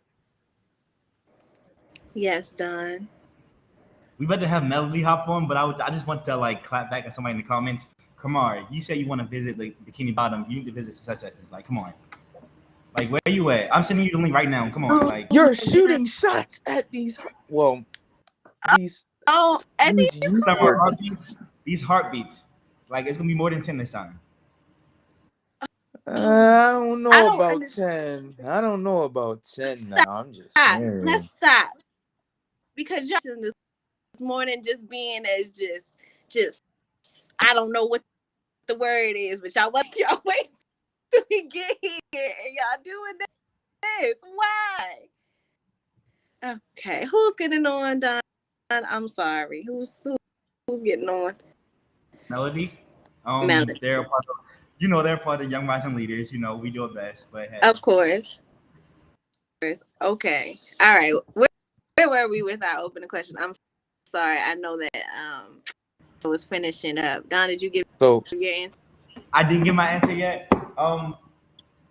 It's not really a fictional place. It's not a fictional place, so I'm gonna kind of like disobey the rules. But I want to go to the Outer Banks, from the show Outer Banks. It's in the Carolinas, but it seems pretty cool. Even though the allergies might have me allergy, but I'll live. Okay. All right. Cool. Don, do you mind something about wow? I asked Miss Joni, fictional place that you would like. All right. Oh. Why you turn the camera off? I already went, but I'm gonna tell you, yo. I said send me up north in Game of Thrones. Nah, you got that. Nah. All right, because Khalid, Outer Banks is not a horrible show. Don't do that. I've not too much. Never seen it. Go watch OBS. It's an amazing show. Hold But up. back to the comments. Jada said Mystic Falls from the Vampire Diaries. I love the Vampire Diaries down. The entire universe, he's down. Zeke said Gravity Falls. It's only right. Even though Bill would have us doing some twists and turns with his evil eye, but it's okay. Someone said they visit this cartoon called Chowder. Oh yes. I think that cartoon was just no, that was something else. I haven't watched that one. That reminds me of this one cartoon. It's called Courage the Cowardly Dog. Yo, why was they playing that on the kids channel? It was so scary. You never watched Chowder? Courage the Cowardly Dog. I'm so hold up. Sorry, but that was that was terrifying. Hold up, Miss Mo. I mean, you never watched Chowder? Who's that? Never? Right, not too much. We're not talking about that. That reminds me of that one SpongeBob episode where it was like this gorilla and like it was so traumatizing. Like, why did they do that to us? But okay, we move on. Somebody said they would visit the set of Friday. The original Black movie. Somebody said they would visit the 100. I mean, I don't know if I want to go on the Earth that was like exploded by nuclear war, but hey, you got that. Somebody said Steven Universe. I love Steven Universe. Oh my god. Kamar said he would visit the Bikini Bottom. He still didn't visit the test sessions. We waiting, but it's okay. I can find tweak out. I think if I'm saying it wrong, correct me. Danae said Wakanda because Black excellence, and it's like, why not? Like, be Black and be real. Sanaya said Attack on Titan or the Vampire Diary universe. It's only right. And yeah. Kodo, can I say something about that Attack on Titan comment? Yeah. All right. Yeah. Attack on Titan is a good show, right?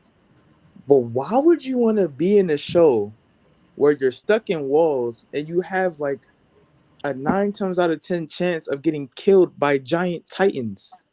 Why? You know what? No. I don't even know what that is. I don't know what y'all talking about. You don't want to know.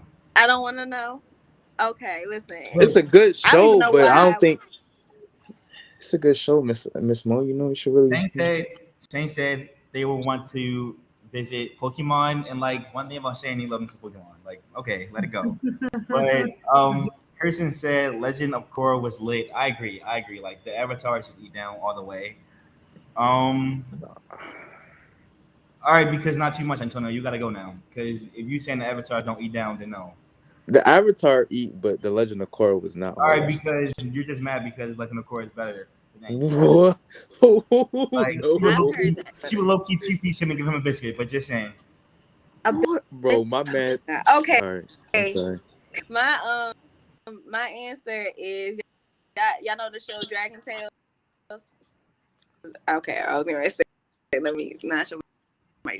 All right, well I would want to go to Dragonland. That's where I want to go. So thank you for putting up your and for getting us started. Melody, welcome. Hi. Hey, Melody. Wara representing. This Woo is City here. for life. How are Don't play. you? Don't play. Been good. I'm good. Good. Well, Well, thank you I so would much, like to say, can y'all call me Mel? Because people usually get my Mel. name wrong. They always call me Mel. You call me Mel. We got you, cousin. We got you. Mel. We got you, She Mel. just Alright. got here. None. Oh my What? gosh. Me and Mel go Anyway. way back. Diapers way back. Like I knew Yeah. Mel when they were like young. Really? All I right, don't know. you got it. You got it. Tell us a little bit about yourself. I go to city. I got 2 brothers, and I live in basic life. Okay. You go to city. You got 2 brothers. I don't know if you said anything more than that. I live with both of my parents, oldest of 3, and I'm the only girl. Okay. All right. They said they got 2 brothers. They live with both their parents, and then the oldest of 3. They also said they go to city, which is questionable. I don't know if you're cousins now, but hey. Don't be a hater. And you got the You can have city cousins at right now. city. Okay. Cousins at city. I'm not gonna lie. If you go to Poly, and that cousins at Poly if you go to city. Oh, we won't tell.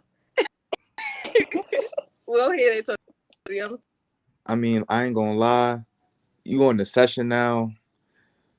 You can't get away from us. That's all I'm saying. You're stuck with us now. We basically cousins. We like them. We like this. Mel, you one of the 10, Mel. I'm with Miss Simone. Like I don't know about the 10 now, but yeah. one of the 10. Right. Like in your nightmares, you're gonna see me, and I'm just be like, "Wow!" Heart The smile. nightmares. This And the Woo nightmares. is taking me clear out. I don't this Woo. You gotta warn people about the Woo, because this morning I was just riding my own big regular, and it scared me. So you gotta warn people Only right. that the Only Woo right. is coming. Well, thank you again, Mel. So we're gonna get started in our conversation. So we are gonna be talking about intimidation. Y'all have experienced it. Maybe you haven't. Maybe you have been the intimidator to recognize as well. We love to turn it. We love to turn it. The actual definition of intimidate. We gotta do the our own definition. So it's to make timid or fearful, frightened, deterred as if by threats. So we're gonna get right to the opening question. Think of a time where you felt intimidated this way. I'll say it again before Antonio asks me what the question is again. I ain't even. Oh my gosh. I'm sorry.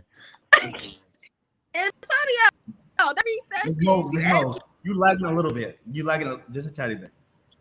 Hold up, but look.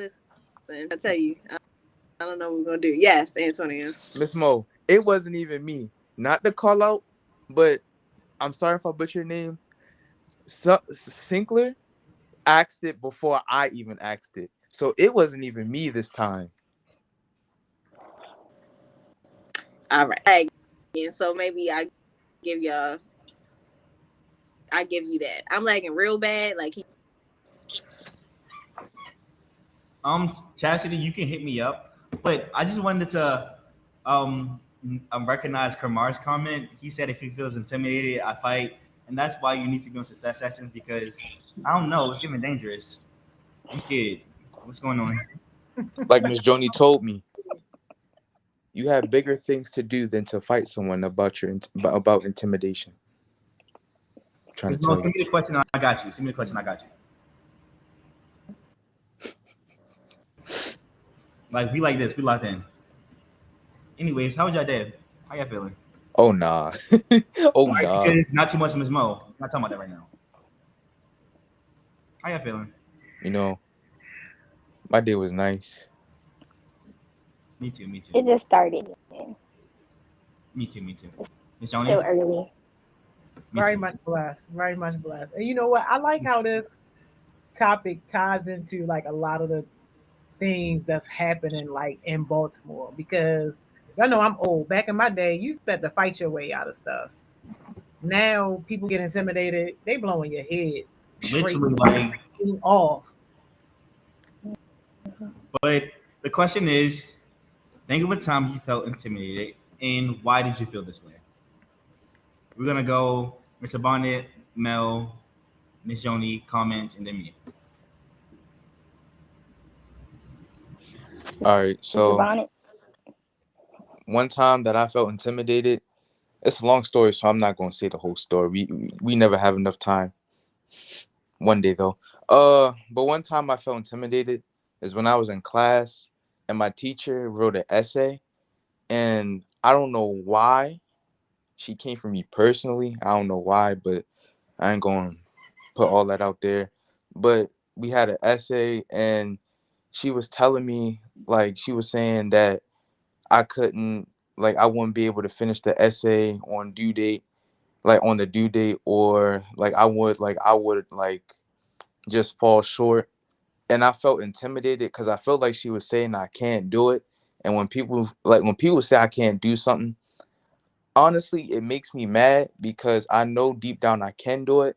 But it's like when people remind me of stuff that, like, when people remind me or tell me I can't do something that I've never tried before, it lowers my confidence.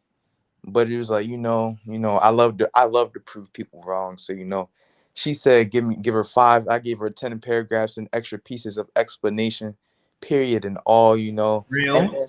And then, on the back of the paper, I was like, I apologize that I went over your expectations, but here's your paper. Sincerely, the one that proved you wrong. Mm.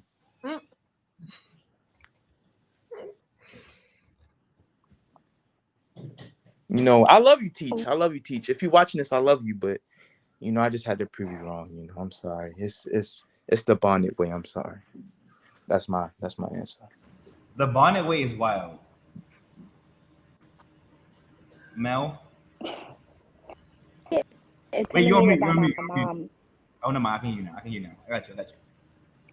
Okay, I get intimidated by my mom because she's the only person that can really intimidate me because first she's Jamaican, so she already has that tone, gets on my nerves, and then she's a teacher, and when I was growing up, I was always so she would always get on my back about that, and she always make me feel like being better at math. Like no, but I just feel like math is just way better for me on my back, and she still kind of does it now, but she kind of got that can really intimidate me. Okay, I got you. You was bringing up a tad bit, but you were saying that the only person who can really intimidate you is your mom because she's Jamaican, she's a teacher, and then it was like the whole math situation. I got you. Got you. Ms. Joni? Yeah, I used to feel intimidated a lot when I was younger in my career because I was always the person with the least education. So me having that untraditional route to be in those spaces, like that used to intimidate me until I learned how to actually own it as a strength, but for sure.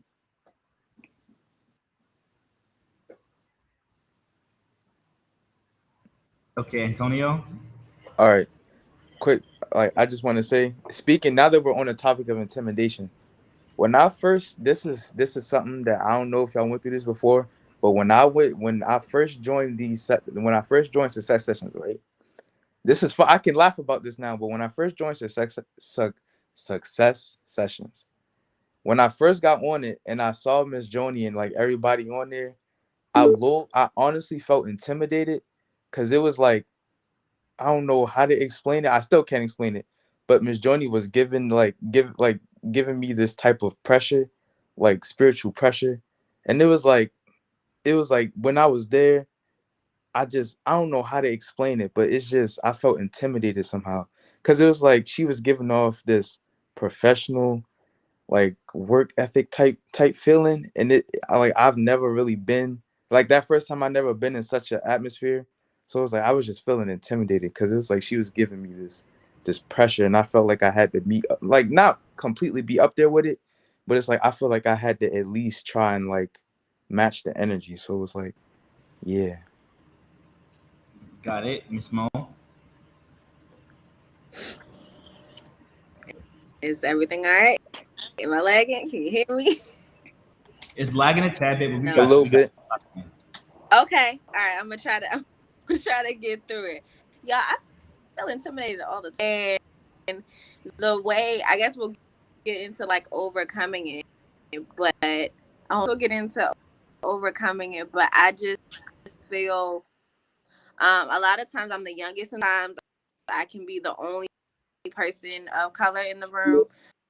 A lot of times just second guess things, like things that I know the answer to, or things for some reason I think that people in the room. Hey girl. Hi. Welcome back. Good afternoon, everyone. Yes, welcome back. I'm so glad that you are back. But yeah, y'all. I guess a particular time would just be like in school, when I was in school. Learning, thinking that people, knew me, feel like I had to shut up, or make me feel like I didn't have to say anything or have anything to. So I did my best to, instead of like thinking me and that I needed to shut up, I started to lean into a space of, okay, let me ask them, you know more than me, or things that I know I can share my knowledge with them. So that's kind of and that's how I was able to also just kind of get better at what I did as well. I hope that that's helpful. It is. Very Chad, powerful. did you want to share one time you were intimidated and why you were intimidated?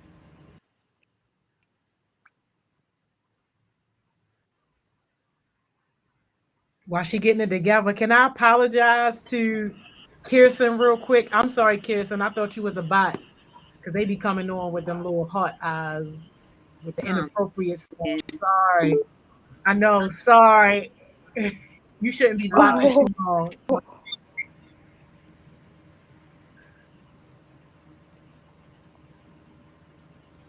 You gonna try again? You good, Chastity? Listen, at least you look beautiful. If you're gonna be frozen up here, you might as well look beautiful. If you're gonna be frozen, don't have your mouth open, please. At least you're not looking like Shalon, you know. No You be shot like, shooting. Oh no! Not to talk about her son, and she right here. Don't do yo, all this. right. So I'm gonna answer and then say some comments. One time I was intimidated. It was actually pretty recent. Miss Johnny know all this, but I went to interview for a position at Friendly Good Farms. I told you about this, but I didn't tell you the full story because I didn't know about the full thing until afterwards. But during the interview, they were like, mind you, it was like a pay job. During the interview, they were like, "Would you be interested in being a part of our student board? It's not a paid job." And I'm like, I beg your pardon? I'm like, what you mean by that? It's like, I didn't come here for that, really. Like, you trying to like swing the topic. I'm like, okay. I'm like, yeah, I got a little mad at first, but like I kept it in, and I was like, I didn't let it show. I was like, yeah, I'm not really interested in that. I do a lot of things like that already, so it really wouldn't benefit me. But I was like, I consider it. And then afterwards, I saw like their other interviewees, and they were like adults. So I was like, oh man, I know they're about to like screw me over, and it happened, but I got over it. So yeah. Thank you, Don. So we're gonna give it one more try. Well, not one more. We might do a couple more if it don't work. But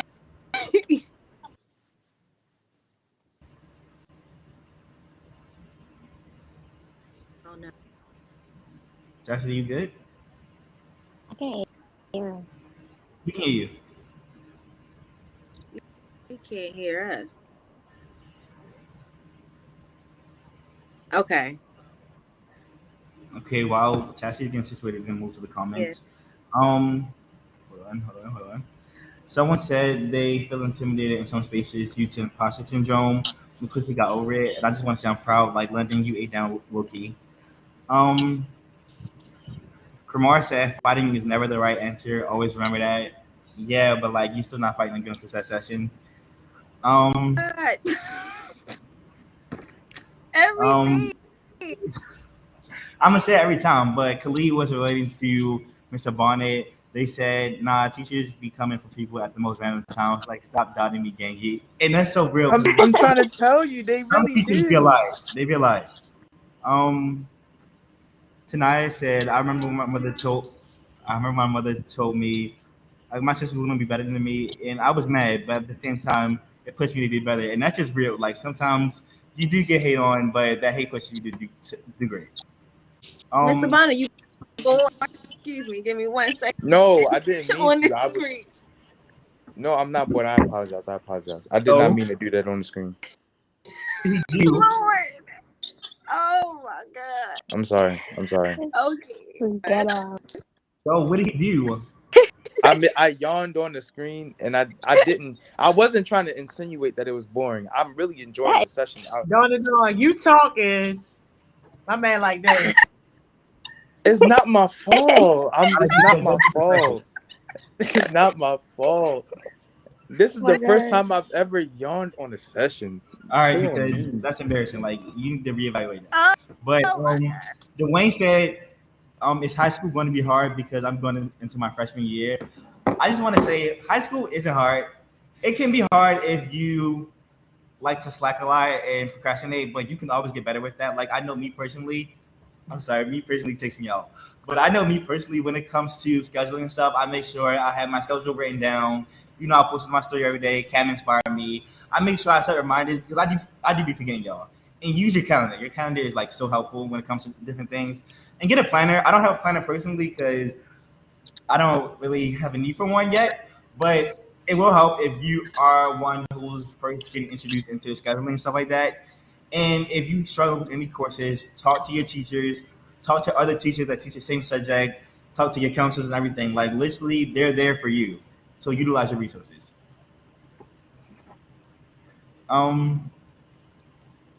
Taylor said, probably for my teachers because they'll try and say I'm gonna turn stuff in late. And that is low key true. Like they like you turn something in late this time. I'm like, no, leave me alone. But Clee also said, I personally just talk with fellow classmates, getting acquainted, and make sure I got people to talk to about class things, etc. That's another tip for Dwayne, like network and basically socialize. Like I know that really helped me in now everybody know me. So it's like it's just real. And Done. Next one. Antonio, you had something to say? Yes, because I wanted to say something. Hold up. To the people that was talking about high school, just real quick, because I don't want to take up too much time because we never have enough, like I said before, one day. But to the people who are talking about if high school is hard or not, I'm not going to say it isn't, but I'm also not going to say it is.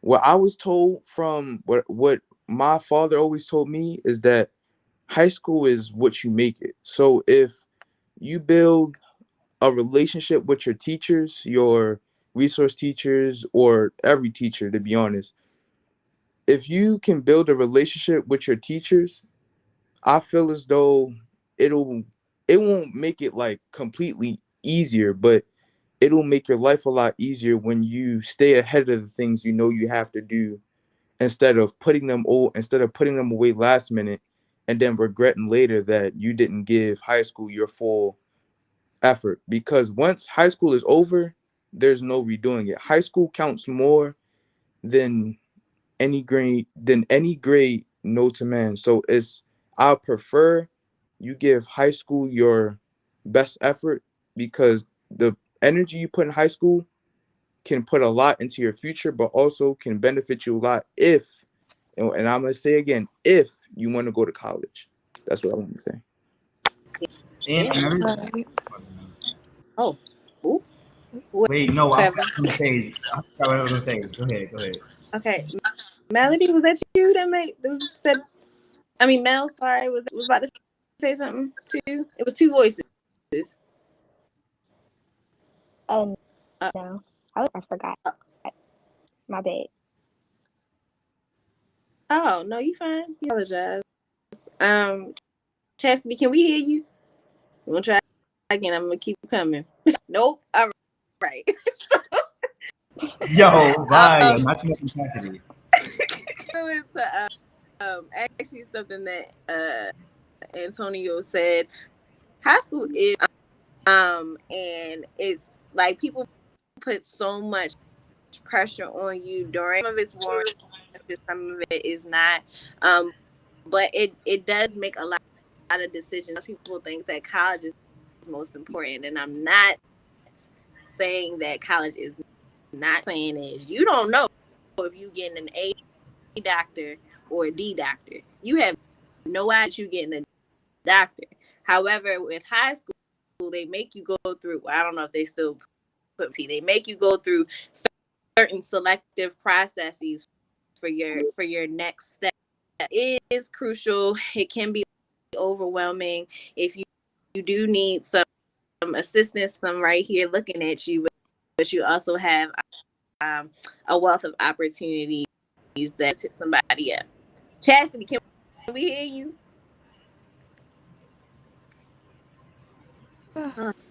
Okay. Oh man, I wanted to say one thing. High Hello. school, like Antonio was saying. Hold on. Let's go. My song is so ghetto today. I apologize. I don't know. It's okay. We love it. Sounding like Georgetown. We love it. All right, because Georgetown is wild. See, I'm Hold not on. from Baltimore, so if you're gonna try me like that, I'm not gonna know. So it's okay. You can just go ahead. Yo, I wanted you to answer the question. Have you ever felt intimidated, and why? Yes. It's been many situations, but one of them that really helped me like grow as a person was when I was working with someone and I really enjoyed my work. And I was working with the community. It was like something new for me, but it really made me realize what I wanted to do as far as a career. And unfortunately, they like used my love for my job like against me, and they like try to threaten me, like not be able to do certain things and withhold my, like me making money and me being able to experience new things. I didn't know if y'all see in the comments before. I did say I did philanthropy tank at one point, so I completely understood like what y'all was talking about as far as with I'm sorry, Dr. Cat. So it was like that type of work. I love it so much because of course no matter what, at the end of the day you're helping people, and that's really what we need in this world. And so yeah, it was like crazy that they used that against me, but I still like stepped my ground and just stuck it out for as long as I could. Real, stand your ground. One thing I wanted to say was on the high school topic, like Antonio was saying, high school is really what you make it. Like if you self-discipline yourself enough and you're self-aware enough to realize that some things aren't working for you, and you can find new solutions. And one thing I did want to say, like some people might laugh at you for being a teacher's pet, but be that teacher's pet, like being that teacher face 24/7. Because one thing about me is gonna give all A's all the time. So do that. See, I personally was a C leader, which is a peer group connection leader in my high school. And at first, when I was going through it, I was like, oh my gosh, I don't know how I'm gonna get through high school. And then after I became a leader, it was like, wow, like there was so many obstacles I could have been avoided if I would have just focused and did my thing like my leaders told me to do. So yeah, just like stay on top of your stuff. It's definitely gonna be hard. Anything that you want is never gonna be easy, but as long as you stick to it, you're gonna be like, high school was nothing. I just had to pay attention to get my work done. No wonder they tried to keep your audio off. On here spitting. I know, right? We need the organ. What happened? We need the organ. I'm not gonna lie. Oh, I get the organ. I've never had the organ. Oh my God, he's so great. Yo, I'm gonna be so excited. Chastity, keep talking so we can get the organ. Oh my god. I can Did talk everybody forever. go? Did everybody go get a chance to go? Because y'all know I was. yeah. Okay. I would, Us. Oh, go ahead, Mel. one thing I would like to say is, in high school, you should surround yourself with different things. Like, if you want to, like, make sure you have good with somebody that you have nothing in common with, but just the grades. I just feel like you got to really bring much in high school.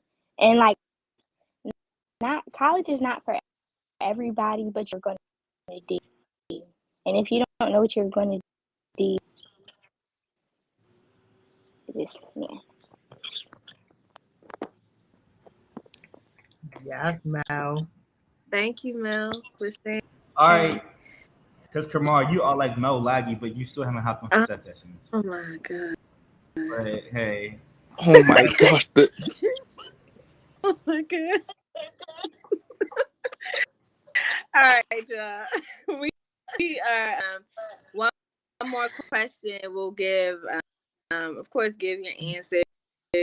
We give our jewels as well. Turning it. Have you ever been have you ever been the intimidator? And I'll even give. Never mind. Go ahead, Antonio. You ready? So go ahead. All right, so in my opinion, I feel like there's a good intimidator and a bad intimidator. Before I even say what I had to say. Secondly, the way when I intimidate, like I intimidated my brother once. Well, no, every now and then, cause there used to be times where my brother Antoine, as y'all know, y'all met him before, majority met him before, but sometimes he would be discouraged or feel like he couldn't do his work, so I would intimidate and I'd be like, it's like, I don't know how, like, because it's been a while, but I would be like, all right, maybe you really can't do your work. Maybe like you're not trying hard enough. Because the way you saying you can't do it is, you can do it. You can do it, but you just telling yourself you can't because you feel like you can't do it. So, like, the way how I do it is, like, I have to say the opposite of what he's saying. So, like, you say you can't do it, you can do it. The question is, are you going to do it?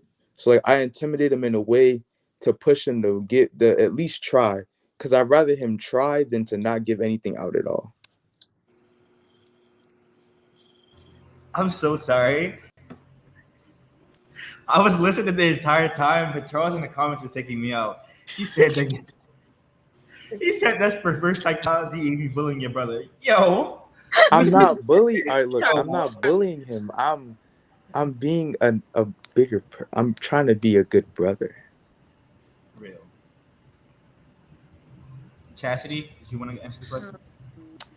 Yes. I feel as though I feel like I've probably have been both at times for certain people. I don't know, because I'm naturally just aggressive with what I say, but I also do care, and when I care really hard. So it's like, if I see someone I really care about and they're not doing what they said they was going to do, and it's been like a long period of time now, I'm like, what are you doing? Like, you're not doing nothing. But I'm also not going to be like, oh, you're lazy and you're a bum and all this and that. I'm going to be like, nah, like, you're not living up to the status that you claim you are. And if you claim you're this type of person, then, it's time to show that. And I definitely, sometimes I do that with myself. And I guess I can't, there's like self-intimidation as well, because I'm very hard on myself and I need to choose the certain words that I use when I do reflect on stuff. Mel, I'm sorry, my phone was acting you good? Did you want to answer the question? what the question was, because Oh, that's when my I got you. Oh, sorry, I forgot to cut you for a second. Were you ever the intimidator? time. It's because like Cassidy was saying, I am a person and I have body language is not the best, so rude, but it's just hard for me to. It's my tone, but I've been trying to, because I feel like I don't, but it's really hard for me not to. I got you. You was bringing up a little bit, but I see that you relate to chastity. I wanted to answer the question. I say I can be both. Like in my back in my younger days when I was, battling depression, crippling depression, and the anger, I was a bit of a bad intimidator. But I also say I can be like a good intimidator. Like Antonio was saying, like I don't blame my brother, but when it comes to situations like success, I feel like some people are a bit intimidated by me, but it's okay. It's okay because me too. Like we basically cousins now.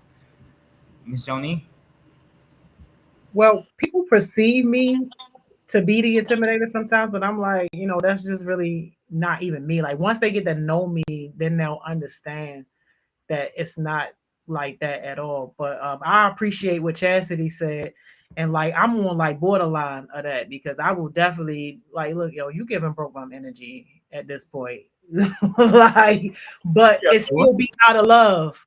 Like if I don't love you, if I don't care about you, then I'm not ever going to be that straightforward and talk to you like that. I just won't say anything. But yeah, like if Miss Joni don't cuss you out, then there's no love. But hey, none. All right. I'll give my answer quickly. Then we're gonna do quick. Yes, I can. The one that sticks out in my head is when I was in school, kept trying to talk to my friends with no like goals or morals or values. And I know it sounds silly, but no, I legitimately had to like physically some situations, just kind of just standing up for them because advantage of them, and I did not like that. So going back to what Antonio said about sometimes necessarily bullying your brother, but sometimes it can be good, sometimes it can be bad. Situation. Yes, I was intimidated, but it was for a greater good. Wrap up with some jewels, and then we will get out of here. Again, thank you to Don for and yeah, y'all, let's go. yo, while Charles say that, tell you Wi-Fi got you glitching this morning. You saw that? All right, because now we need to move on. All right, I'm gonna say Why my would jewel. y'all do that? I was trying to hold my laughing so bad. Charles are like Shannon Telly. Leave her alone, seriously. And Kamar, one thing I wanted to say, you need to straightforward and honestly your way onto these sessions. Yo, to crack it up. All right, No. we need I to was do. gonna take a Yo, screenshot. okay. I'm gonna see my jewel and I'm gonna let you go. All right, my jewel will have to be. It's okay to grow. We all make mistakes. Like trust me, I've made a lot of mistakes in my lifetime that I regret at first. But you can't dwell in the past because it's not going to change the future. Module being all right. Module be easy on yourself, but know when to be hard because nobody is going to be a better friend to yourself than you at the end of the day. Period. My jewel would have to be just personally just try to. It's okay to be selfish at times and do things for yourself and put yourself first. Mel, Can you come back? me real quick. Yeah, I got you. Mayel, don't play with Miss Mo. She don't got that Boost Mobile phone plan. But Miss Mo said that her jewel is mine is don't let being intimidated stop you from opportunities. And that's so real because sometimes when it comes to that intimidation, we do like to self-sabotage and it can be a journey. So yeah. It's okay, man. We got you. We got you. Like imagine me right next to you, like, wow! I'm there. I'm there. In I spirit. swear Like I need warnings for these yells. I'm sorry. It doesn't come with a trigger warning. I'm sorry. I'm finna set this as my ringtone whenever I need to get up in the morning. Yo, not that I one. hate to take y'all off, but shout out to Mel. Shout out Chastity for rocking with us in the ghetto today. I'm sorry, y'all. Y'all gotta go. All right, no, drop a See jewel. y'all Mel. later. Wait. 2 second jewel, Mel. 2 second jewel. Okay, my jewel is like don't let you. It's the past for a reason. Just move. That's what I feel like. Real. It's a Man, factor reason. Real. All right, today was bye. my Love favorite y'all. session, y'all. All right. No. Yo, why y'all said not Please. you a grown man with 14 years? Bye. See you All right, never mind. later. Come on, let's Coming we back. out. Not coming back. See y'all. We out. Hey, yo. They do it every time, yo. It never fails in the ghetto, yo. Oh my gosh, yo. But great session as always. And seriously, yo, shout out Dawn to Dawn for holding it down, hosting while, Miss Mo had those issues. Shout out the bodyguard, Mr. Bonnet, always on point. Super, super shout out to Mel. Super, super shout out to Cassidy. Love having those new summer heartbeats on, but are y'all? Go ahead and take your break. Then go ahead and take your lunch. And y'all already know. I see y'all back here at 2 for the heartbeat session.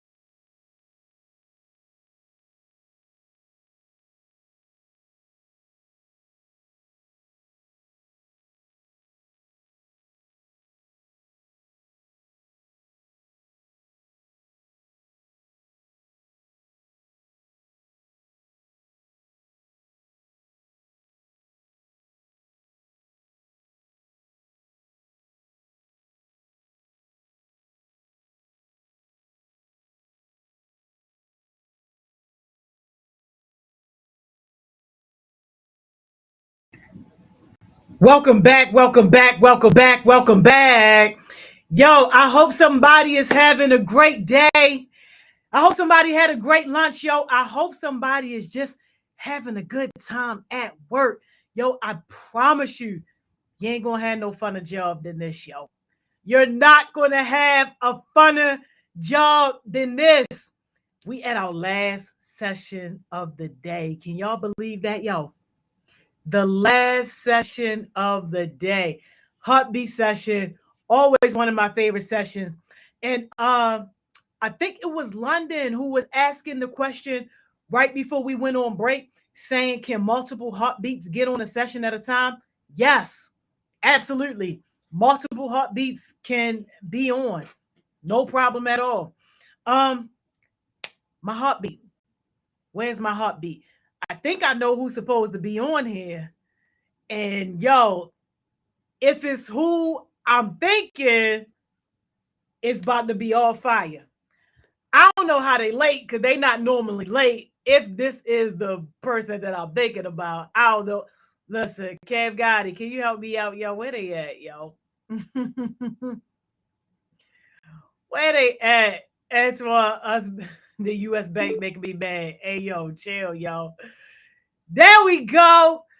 Y'all about to get all this fire, yo. Please get ready, yo. The one, the only. Sid, what's up? Miss Joni, what's up? Listen, I'm never late. I'm never late, Never okay? late, yo. How you What's feeling? up? I'm doing really good. It's been a minute since I've been on here giving a presentation, but you already know what I'm coming with, Miss Joni. You already know Super what I'm coming excited. with. Super. First of So, all, you're the queen of self care. If people didn't know, like you basically invented self care. If people didn't know about that. oh yeah. Let me introduce myself real quick because we got a lot of new people on here. So I'm Sydney, the self-care, self-confidence, self-love influencer. I run a podcast on Instagram at Sydney's Keys called Talk to Me Tuesdays. Advice of any kind, I definitely got you. You can watch my old videos, got thousands of views on there. Many different topics, men, women, boys, girls, it don't matter. And yeah, I've really been doing this thing for a couple of almost like 2 years now. So yeah, I really been on it. Um, but Yes. I'm really excited to really talk today because this presentation is my favorite. I already gave it like once, but like I'm just so excited to give it again because we got new faces, we got new success-minded people, and new people that really need to hear this stuff. So let me share my screen. Ms. Joni, I got sharing screen privileges. Yep. Yes, you do. Let's get it. I love it. So you can see my screen now. Yes. Cool. All right, y'all. So today's presentation are atomic habits, okay? We're going to be talking about the little habits that contributes to the big picture, the big success. Now, usually when you hear about success, everybody think like, oh, that stuff come overnight. Or you see somebody that you know who's doing it big, you like, dang, how they get there? They just happen overnight. But the truth is, it's from the habits and the everyday things they did that contributed to their success. It's the little habits that make a big deal. All right, so we're going to hit you off with the basics. Atomic habits. What is atomic? Atomic is an extremely small thing. It's something small that makes up a bigger picture. What is a habit? A habit is something that is practiced regularly and that makes it an automatic response to a specific situation. Everybody got habits, whether you realize it or not. Every time you wake up, when you pick up your phone, that's a habit. When you get out of bed, that's a habit. That's something that you are used to doing every single day. That's what a habit is. So measuring success. Now, if you've been on these sessions, Ms. Joni, all she talked about is success. These sessions are called success sessions. But a lot of people really don't know what success is or how to measure it. A lot of people think, oh, success is how much money you're making, the job you got, how much money you got coming in, what your house is, what shoes you got on your feet. But really, success is really everything that makes up your day-to-day basis and that contributes to your health, your mental health, the healthy relationships, the physical health, doing what you love, what you eat, all of that. All of that contributes to success. So the small habits make a big difference. Now, this is something I had to learn because me personally, if you like me, you think that, listen, If I need to be famous, then that means I just need to meet somebody famous that can make me famous, right? That is not the case. That is not the case. I promise you. You will not get successful by one big action.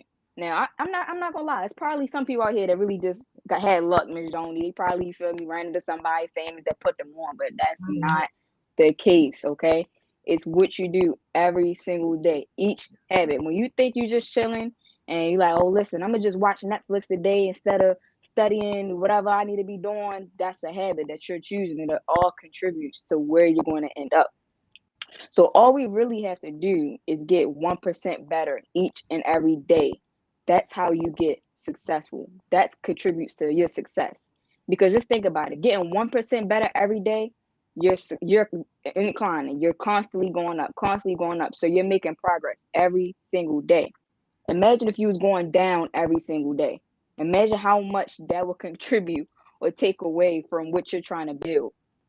As an example, a small habit that I had to do in order to contribute to my success. I had to work on waking up a little bit earlier than everybody else. I realized that because Majoni called me out one day. That's how I got here. I ain't gonna lie. She called me out unintentionally with one of her jewels. I woke up one day, it was raining, and she was like, "Yo, listen, here's your jewel for today. If you're still in the bed just because it's a rainy day and you gonna call us a chill day, you gonna call us a day for you to just sit in the bed and do nothing, then this is for you right here." I'm like, she looking at me. I'm like, yo, no, she calling me out. She said, yeah. She said, I get up every day because something that I want for myself requires a little more and is worth much more than an extra hour of sleep. What I'm going for is worth more than an extra second of laying in the bed. I was like, yo, like, all right, Miss Jones. Hey, yo. You got it. All right. So I'm like, all right, let me get this together because I was waking up with just enough time to get to school and do everything that I had to do, but I wasn't really pouring into myself. I wasn't really doing what was needed for me to contribute to my success. And when we're youth, I'm not gonna lie, it's extra hard to really work on yourself and to work on the things that you find important because so much other stuff take up our time, right? We're in school from 9 to 2, 9 to 3. We're on our way home after that, and that's what you so tired. That's what you do as soon as you get home. You get on your phone, you eat, you watch that Netflix, that show you've been thinking about all day. But guess what? Yeah. You're not working towards any of your goals. You don't even have goals. You haven't done anything. You say, yeah, I want to be an entrepreneur. I want to do this. But you're not doing anything to work towards it. We go in my mentoring group. If y'all want here, check in, log in in the chat. The pulses in here, comment the pulses. But in my group, we went around and said, like, what is our goals for the summer? Everybody had a goal. Some people like, yeah, I want to save money. I want to start this business. I want to get better in this sport. You got to work towards it, even if it's small. And I like to say slow motion better than no motion. Okay. Slow motion is better than no motion because listen, that 1%, I'm trying to tell you, contributes to the bigger picture. Yeah.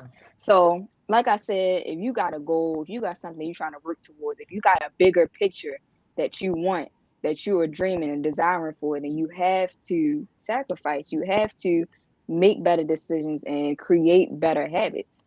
Now we're gonna get into like exactly how you get rid of them old habits and how you start up new habits because it's a specific way to do that.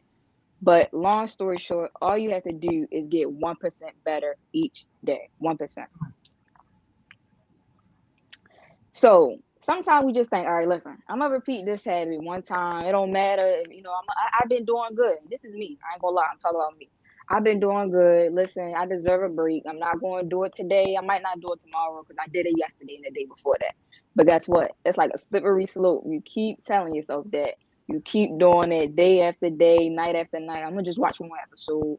I'm gonna just stay on Instagram for a little while longer. I'm gonna just, go out this weekend, even though I went out last weekend and I know this weekend I'm supposed to be focusing on saving money to invest in myself and my business. It's okay, right? It's not okay, right? Because we're making these 1% errors. We're making these habits day after day, making these bad decisions, redoing the tiny mistakes, the things that we know aren't contributing to our version of success, right? And then we're rationalizing it. and we're making the little excuses, and our small choices are turning into toxic results. It's something I noticed, right, is when you doing something that you got no business doing, it's like the mind automatically make excuses for you inside your head. Like, all right, well, I know I was supposed to spend this money on my business, but I'm getting paid again next week. So I just wait till next week.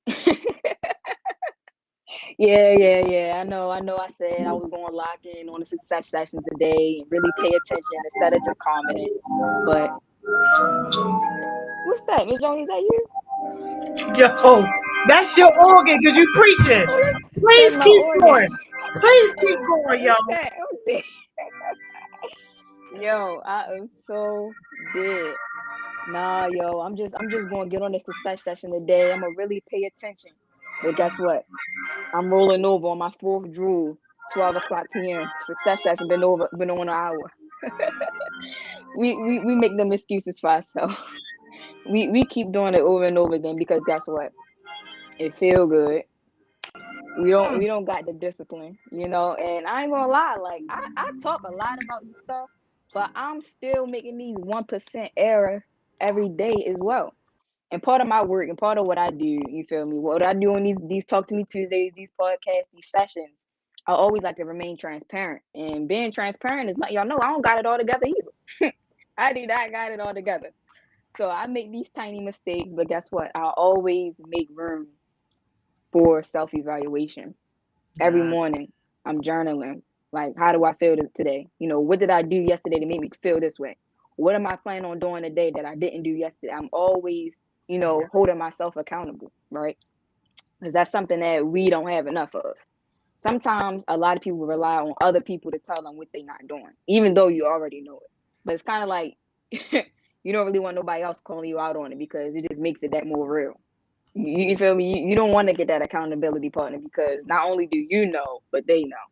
So you gotta hold yourself accountable. You gotta get more serious about what you're trying to do and this goal and this lifestyle that you're saying that you want for yourself, right? Because it's easy to say it, easy to post about it, it's easy to talk about it, it's easy to brag about it, whatever. But if we're not making these 1% changes, these 1% decisions that contributes to the bigger picture, then we not getting nowhere. So the accumulation of the 1% declines day after day leads to a massive problem.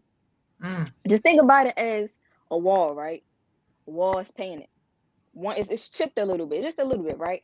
But every day that you decide not to work towards that goal, every day that you decide to make that bad decision, another chip come off, another chip come off, another chip. Guess what? Day after day, weeks after weeks, the wall is completely gone.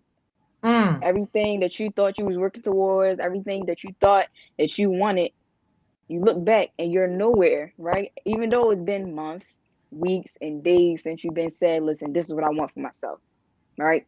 In the beginning of the year, everybody, new year, new me, right? New year, new me, new goals, all this stuff, right? Talk all that stuff. Everybody making these posts, everybody new people overnight. Read that. And then guess what? Next month, the month after that. Dang, what was my goal in January? What did I say I was going to do every day to work towards that? You can't even remember because you let those bad decisions, those 1% errors every single day take over the big picture. All right. Sam got a question for you. Okay, let me get in these comments. Let me see. I see a question before Cam Gotti, though. No, she just put it in there again. Okay. Is it the bad habits one, or how do I decipher giving myself grace and going down the slippery slope? Yeah, how do you decipher? Yeah, giving yourself grace and going down the slippery slope. All right, that's a good one. So when it comes to giving yourself grace, right? Giving yourself grace to me is like, all right, let me evaluate everything that's going on around me. Let me evaluate how far I've come, right? Sometimes it's really easy to be lazy and label it giving yourself grace. Let me just say that. I fall victim to this. I'm not gonna lie. I fell victim to this problem before. I'm giving myself grace. How much grace you need? Like, it's been 2 weeks and you ain't picked back up, right? So I think you know, right? You know what's grace and what's laziness when you start to see how much you're missing out on and how much you've been slacking. Like how much you've been slacking is starting to take over all of the work you've already done. So if you're saying you're giving yourself grace, right? You say, listen, I'm gonna start this business this month, and for the first 2 weeks, you're working on it, right? You making these small changes, these small choices, these decisions. You waking up, you doing the work, but for the next 4 weeks, you've been giving yourself grace. Where the business? Where the business at? It's no business. It's all grace. It's all grace. So, Ms. Joni, Yo, for real though. no, you for real, but that's how it be. Yo, I live it. So I get it. People be telling me that, and I'll be like, okay, yo, just go on with your grace, yo. Hopefully that grace will get you somewhere. Listen, it's all grace, no business, right? So Kramer about to stomp on your neck with the question, yo. But for real though, Cam, that's how it is though. And I'm not gonna lie, like sometimes you gotta ask somebody else to step into like what you're trying to do because like I said, it's easy for you to give your own self some excuses on why you're not getting done, what you need to get done. Like for me and Jim is each other's accountability partner. And Jim say, Sid, listen, I need to have these paintings done by Friday. You best believe I'm texting her at 12 a.m. Friday. Where them paintings at? 12 a.m. And she's sending me pictures of them right then and there. But yeah, that's how you decipher giving yourself grace and going down a slippery slope when you notice that you have more grace than business or more grace than what it is that you're trying to do. Not enough results. All right, the next question I see is, Sydney, do you have any bad habits? Now this ain't even about me, right? Because I don't already spoke myself enough. But yeah, I got bad habits. I have a lot of them. Some of the ones that I can think of on the top of my head is shutting down when I feel like I have nothing else to say or like I'm not getting heard. Shutting down. That's one of my biggest bad habits, right? So I've been working on it actively or trying to at least, but it's definitely 1%. 1% every day is all I can say. Is slow motion is better than no motion. I'm not even gonna lie. But let me see. Any more questions ahead before I move on? London. Hey London. How do you stay motivated after slipping up so many times or not seeing any progress? Oh, we're going to touch on that in this presentation. We are going to touch on that in this presentation. Question. Yeah. I'm going to halfway answer this question because the other half of my presentation answers when you're not seeing progress, how you stay motivated, right? I'm pretty sure Ms. Joni has touched on this a million times already, right? Staying motivated and, versus discipline. Motivation comes and go. I say this to everybody. Motivation comes and go. I tell this to all my mentors. I tell this to the entrepreneurship classes I'm teaching every Tuesday or New Horizons. The motivation comes and go. So it's a matter of you and discipline because I cannot tell you how much things I've gotten done off the strength of discipline. Motivation, rarely there. If I wait on that motivation, nothing will be done. Nothing will be done at all. Trust me. So it's not even about, like, I'm not motivated. Like, how am I going to get this done today? Like, it's the bigger picture. That's what it is. It's the bigger picture. It's what you see from now until what you want to have what you want to have done. You feel me? The bigger picture for you is to be financially free, then saving money and investing it, even though you want to go and spend it. Yeah, I might not be motivated to do that. But when I think about the bigger picture, and I think about waking up and not on any debt and waking up and being able to go where I please. That's all the motivation I need, honestly. That's all the motivation I need. So, yeah, it's the matter of discipline. Just doing what you got to do, regardless of how you feeling. Feelings change day to day, minute to minute, hour to hour. So that's I'm gonna leave it at that for now. All right, I'm gonna keep going for now. All right, so the habits equal outcome, right? So some people like, well, I'm not successful right now, but I'm in a few years, count on me. Like, I'm gonna be that. But you're looking at that everyday routine, everyday schedule, and they just going to work at Walmart, clocking in and coming home and going to sleep. what you going to be 5 years from now? What you going to be? What are you doing that's contributing to that person that you plan on being, or that goal that you plan on achieving? Is no work being done towards it, right? And let me just say this: the people that's working them 9 to 5s to fund their dream, you on to something, okay? But if you're just working that 9 to 5, you just doing that to get the quick fix and not really putting any time or effort into the habits or the things that are contributing to what you perceive as success, then I'm not sure what that outcome is going to be, right? So what you need to do is focus on the current trajectory rather than the current results, right? So the current trajectory is, all right, this is where I'm at right now, but this is where I know I'm gonna be, right? Not this is where I'm at right now and this is what I got, right? Because that 1% adds up every day, every week, every month. And it might not look like a lot, right? But it's not where you started off at. It's not. So that's another thing. That's something I had to think about for me, because I used to be really, really hard on myself. And I used to just always be thinking about the next thing that I need to do, the next thing that I'm not working on. But, I think back at it and I'm like, hold on. I was just wishing I'm where I am right now. And I'm not even being appreciative. Go. I got journals. Like, that's my thing, right? I like to journal. I like to write things down because I like to look back at where I was, a couple of weeks ago, a couple of months ago. And I'm like, hold on, like, wait a minute. I'm living the dream that I was dreaming a couple of months ago. Why am I not, being grateful? Why am I not congratulating myself and telling myself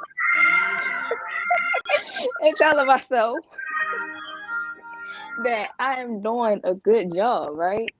You gotta do better with that. Don't be beating yourself up because you feel like you don't got it all figured out right here, right now, right? You're not where you started. Trust me, right? So that goes to say, if a millionaire spends more than they earn each month, that's a bad trajectory. Like right now, it's good right now because they're a millionaire and nothing matter. Money ain't nothing but a thing. But they spending. They're not having nothing coming in. They're not investing nothing. That's a bad trajectory because you can already guess where you're gonna be at, right? A couple of months from now, a couple of years from now. But if you broke, right, you did broke, but you save a little each month, then you're on the path towards that financial freedom. Even if you're moving a little slow, yeah, you got bills, you got that car payment, that car note, you got to pay your phone bill, whatever, right? But last week you had $1. This week you got $5 in your savings. That's big. That's big progress, right? Even if you don't think it is, right? But if you want to talk to money sense, something that I personally live by is broke is temporary, poor is eternal, right? That brokenness, you might be broke today, rich tomorrow. You never know, right? But when you telling yourself, oh, I'm poor, like, that poor is something that's inside of you, because if you're poor, that means you have no desire to go out and make a way for yourself. You're emotionally and spiritually and mentally poor, right? Because nobody has to stay poor. Even me, and this could just be me, right? I don't know if everybody agree, but when I'm downtown and I'm seeing people that's homeless or whatever, it's like, how are you homeless standing outside of McDonald's? Why not just go inside McDonald's and ask them for a job? Why not just use your resources? Why not just, you feel me, make a way for yourself instead of just saying, listen, I'm poor and it's all I'm ever going to be. So somebody give me $1. I'm poor. That ain't it, right? Yeah. So that just goes to say, broke is temporary, poor is eternal. Okay. So, anyways, your outcomes are a measure of your habits. So when you finally get that big breakthrough and you getting everything that you dreamed of and that lifestyle that you desired, it's a result of the things that you did every single day, the sacrifices that you made every single day to put you where you are now, or where you wanted to be. And I'm gonna use somebody. Y'all know, right? Miss Joni. Miss Joni, yo. I don't know if I want to tell it or if I want to let Miss Joni tell it, right? But Miss Joni is an outcome of her habits, right? Miss Joni is up every morning, from what I know, making the jewels, right? Years ago, you feel me? She was at Comcast. She stopped Comcast. She changed her habits every day and worked towards Heart Smiles. Even when it was only 5 or 4 people, for what I've heard, right? Showing up at the success sessions and stuff. She kept going out. She kept marketing. She kept going out, doing the legwork, the dirty work outside, on passing out flyers, putting out stickers. She was doing that every day. Yeah. Y'all see, it's 128 people in here in this live right now, right? Even if some of y'all not heartbeats solidly, y'all still here because she did the work to make Heart Smiles get a name. She did the work every single day, right? When I first joined Heart Smiles 2 years ago, Majoni handed me $1,000. She handed me $1,000, right? And that was like everything to me. I'm like, yo, she handed me $1,000, right? Yo, a few days ago, she just gave out $15,000, $5,000 to 3 people in Heart Smiles each. It's the habits every day that she's doing, that she's putting into Heart Smiles, that's allowing her to grow. That's allowing her promise to grow, right? Not program, because this ain't a program, it's a promise. It's allowing the promise to grow every single day. So, yeah, them habits equals your outcome, whether you believe it or not. I'm going to pause right here, see if we got some comments, some questions. Okay. We got a lot of comments. Okay, I got it. Okay, cool. Everybody locked in still. You doing All it, right. yeah. Let's keep it pushing. What does progress look like? You can't see progress. It don't look like nothing. I'm gonna tell y'all right now. Progress don't look like nothing. Believe it or not, everybody want to see something. Nobody wants that delayed gratification, right? Nobody wants that. But progress is always undetectable until the breakthrough, right? The breakthrough moments are the result of the previous actions that builds up the potential required to unleash a major change, right? And I got a couple examples. A couple people come to mind right here for me. And I'm going to just throw one out there because they in the comments right now. Tay Bangs, man. Tay Bangs. Yeah. Now, Tay Bangs, she's a female rapper, the best female rapper in Baltimore. If y'all don't know her, y'all need to check out on Instagram at @BeReal_Tay Bangs. I don't know if that's right or not. Can correct me if I'm wrong, right? But Tay Bangs, let's say this. She started out when she was 8 years old, just rapping, at her in front of her family and stuff like that. She just started making all videos, putting it on Instagram. Now she's doing weekly freestyles. Now she in the studio recording. Now she getting contacted from New York and all that. She is doing little things, right? She's doing things, little things that she might not see is adding up. She might not think it's getting anywhere, right? And it gets frustrating because you're not seeing the progress. Why I'm not doing my shows every week? Why I'm not waking up every day with somebody in my email booking me, right? Because progress is undetectable, right? And your progress, the way you may measure your own progress, it might not really be how you should be measuring it. Honestly, progress is that a couple of years ago, you wasn't even really in the studio like that. Now you got songs out. Now you're getting noticed here and there. People, starting to hit you up. You just had a show last week, and then you had a show a few weeks before that. But you used to didn't have shows, right? You was just doing their talent shows in the school. Now you're doing shows. So it's the little thing. And then guess what? A couple of years later, you get discovered. Now somebody want to work with you, right? They asking if they can fly you in, to sign you to that label, right? But you just be thinking like, oh man, like, you feel me? I ain't getting enough likes on this post. I ain't getting enough comments on this post. I ain't going nowhere. Like, I'm gonna just stop. But guess what? That next post that you would have made would have been your breakthrough. That last freestyle that you would have posted after the one, the last one, right? The one you say I'm giving up, I ain't posting no more. The one after that was your breakthrough. Yo. But you couldn't see your progress, so you felt the need to give it up. So that's just one of the examples that I could really come up with. But I just wanted y'all to really get a clear feeling for what I'm saying. Like, breakthrough moments are the results of the things that you really couldn't see. It's the actions, it's the habits, it's the things you're doing day by day, week by week that makes the big change. Another example, cancer. Cancer isn't detectable until it's almost in like, sometimes some cancer isn't detectable until it's almost in like stage 3, stage 4. 80% of it be undetectable. It takes over the body in weeks or months. You couldn't see it. Nobody knew, right? Until it was just there. Now it's like, oh my God, right? That's very similar to habits. Habits appear to make no difference. It appear to make no change until you cross that threshold. And now guess what? You up there. You up Mm. there because you just simply kept going. And that's the difference between a lot of entrepreneurs and a lot of businesses, right? Anybody can say they're an entrepreneur, but the ones that stand out and the ones that actually make it, right? Because when we teach the entrepreneur classes, and we talk about the business life cycle and the mature, the decline.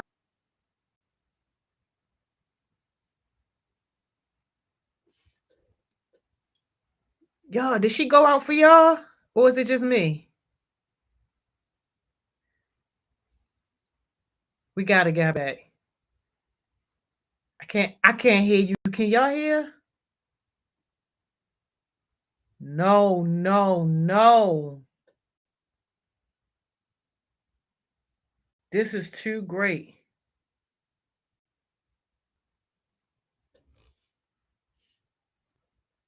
Yeah, why won't that red come off of your mic? Yo, that's because you preaching, yo. Try to leave and come back. If it don't work, call my phone. I'm gonna put you on speaker, yo. This is too good.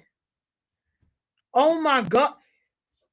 Y'all see how the devil be working, yo, when you really speaking powerful facts.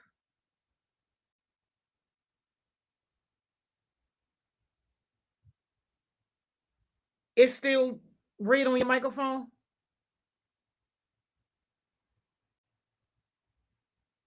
I know my yo. I know, yo. Yes, Dawn to Dawn. Yo, Dwayne, I know. That's how it be, yo. And that's what I be telling people. Like, yo, when you really doing something powerful, there we go. We back. Yes, We back. yo. No need to Yes. sweat it. Devil don't win the day. Please Not keep today. preaching. And Cam Gotti wants you to talk about consistency too. All right, back. Got you, Cam Gotti. Let me get back to my slide. You know, they tried to take me out the game. Right here. I'm gonna stop right here. So Cam Gotti, let me read your comment if I can find it. Yeah, What it's it up say, there. Miss Johnny? It's up there, but it says something to the effect of can you talk about consistency because you made a good point on Talk to Me Tuesday. Okay, yeah, I can talk about that. So basically, consistency is one of the like major things needed in order to be successful with anything in life, honestly. Like, I feel like once you stop being consistent, it kind of just it just kind of mess up all the progress you made. It's similarly to what I was just talking about. Like, you can learn how to do something. I mean, I'm not gonna lie, some people could stop doing something for a while and come back, like, you feel me, they never stop.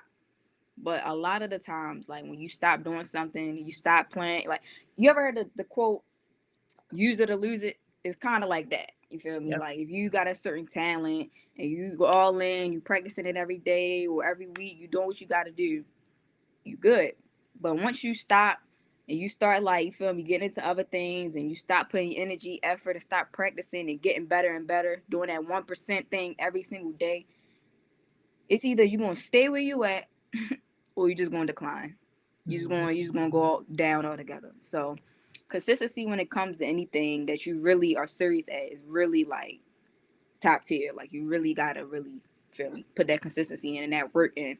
And that's like really similar to discipline, because consistency, you just gotta do it regardless how you feeling on that day, that occasion.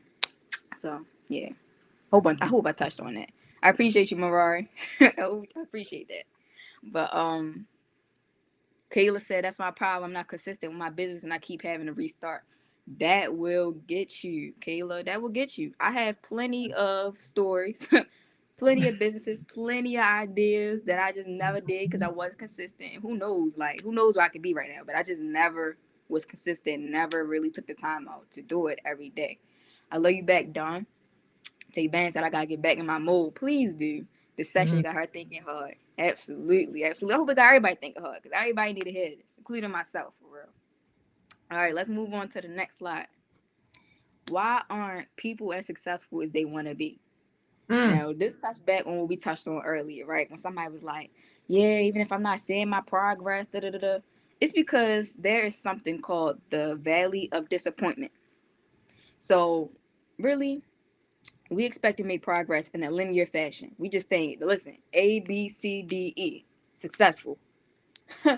No, right? It's gonna be X A B C D B E. It ain't gonna be that linear thing that you thinking it's gonna be. It's frustrating, right? You gotta make those changes. You gotta figure out what works and what don't work for you, right? Sometimes I'm not gonna lie, I feel like you're not doing nothing, you're not going anywhere. Because guess what? That progress you can't see it. It doesn't seem like anything you're doing is effective. It don't seem like it might not seem like you're reaching your targeted audience. It don't seem like, you reaching the people you want to hear from. It don't seem like you're doing anything. But guess what? You really are. But something that people really don't know. The most powerful outcomes are delayed, right? That delayed gratification is what many people don't know. Is the best, is the most powerful. When we think we can build a good habit or break a bad one, it's not because we've lost our ability to improve. It's because we haven't crossed something called the hill of latent potential. I'm gonna get into this, right? I'm a little FYI, I'm a little nerd. I like to read. I'm doing my research. I ain't making this up, yo. This is from a book. This is from researchers that know this stuff, and I'm just applying to y'all what I got out of this book. The hill of latent potential. So complaining about achieving success despite working hard is like complaining of an ice cube not melting when you heated it from 25 to 31 degrees.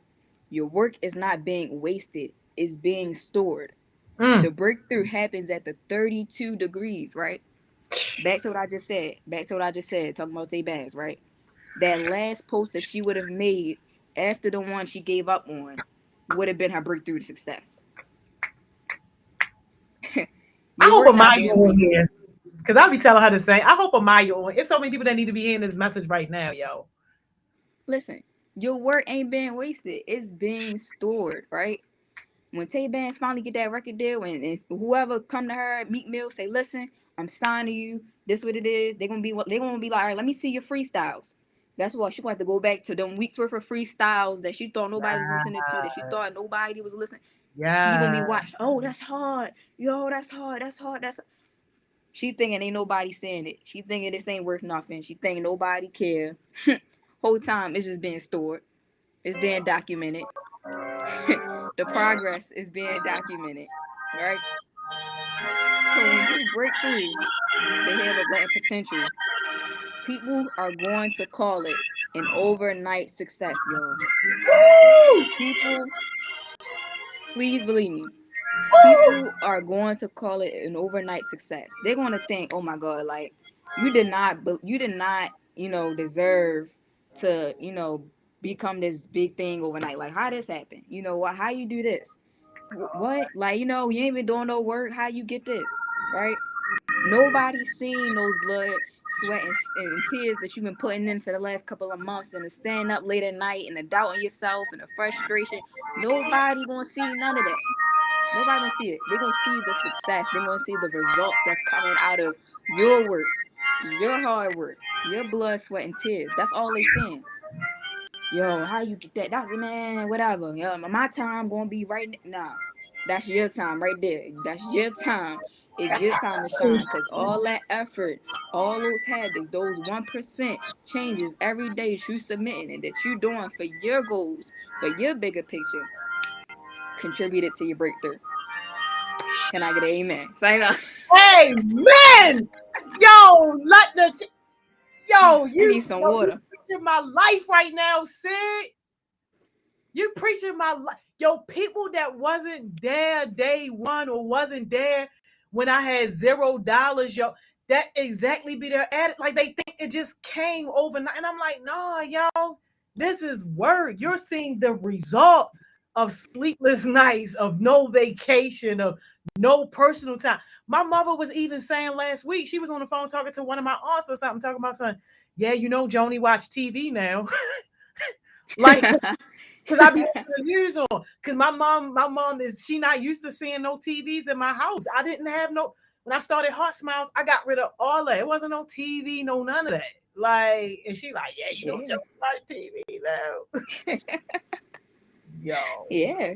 Yeah. People gonna tell you that you ain't do no work. They gonna tell you that. They gonna say, what? Who? Don't worry, who. I'm successful. I did the work. So the outside world are only going to see the success rather than the work and the energy that you put in, and that's the truth. Yeah.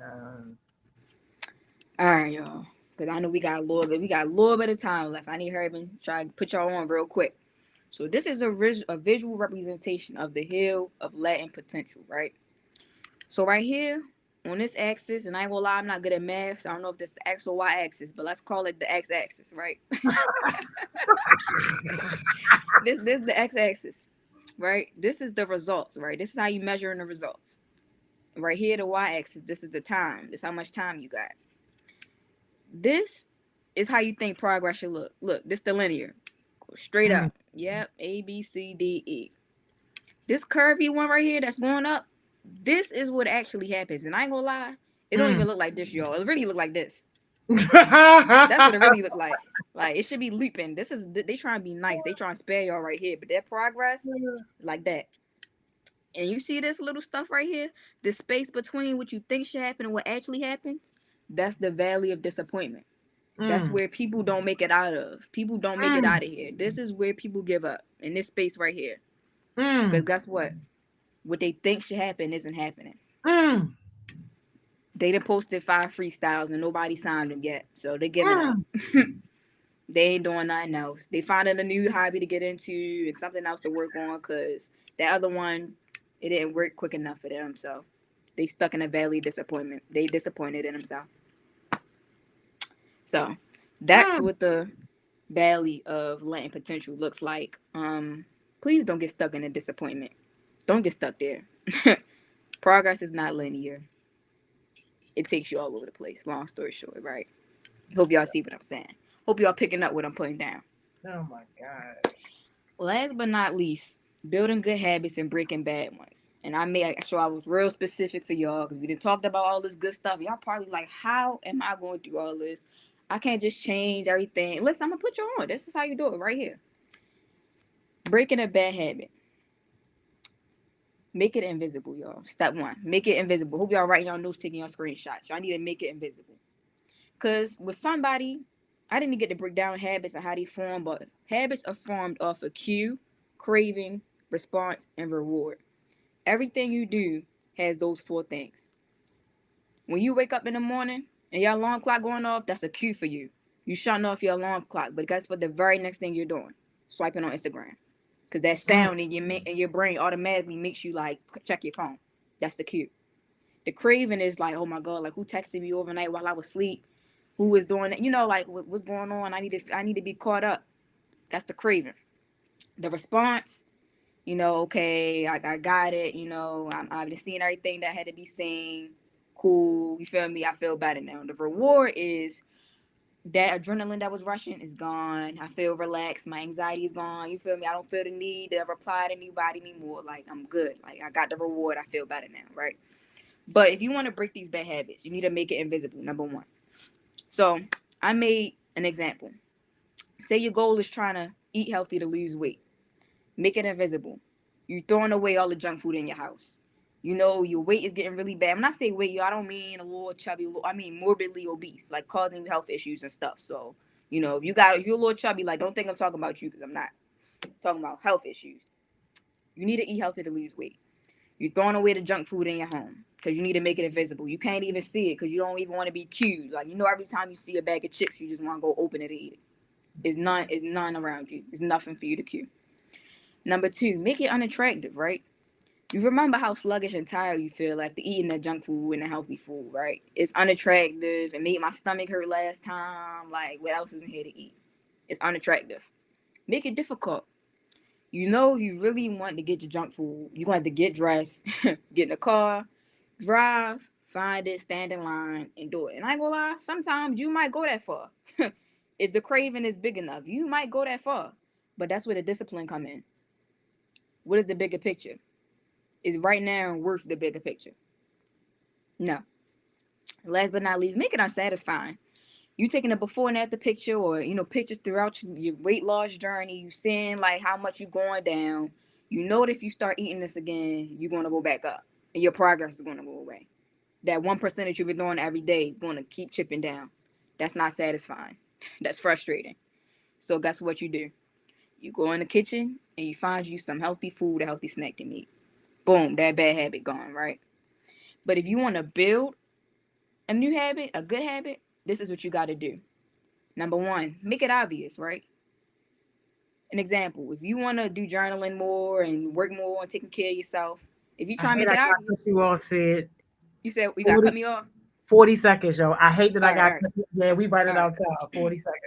All right, real quick. You making it obvious. Make sure it's somewhere you can see as soon as you wake up in the morning, right? Let's make it attractive. You decorating your journal and got all your favorite colors, favorite stickers and stuff on it, so it just excites you when you see it.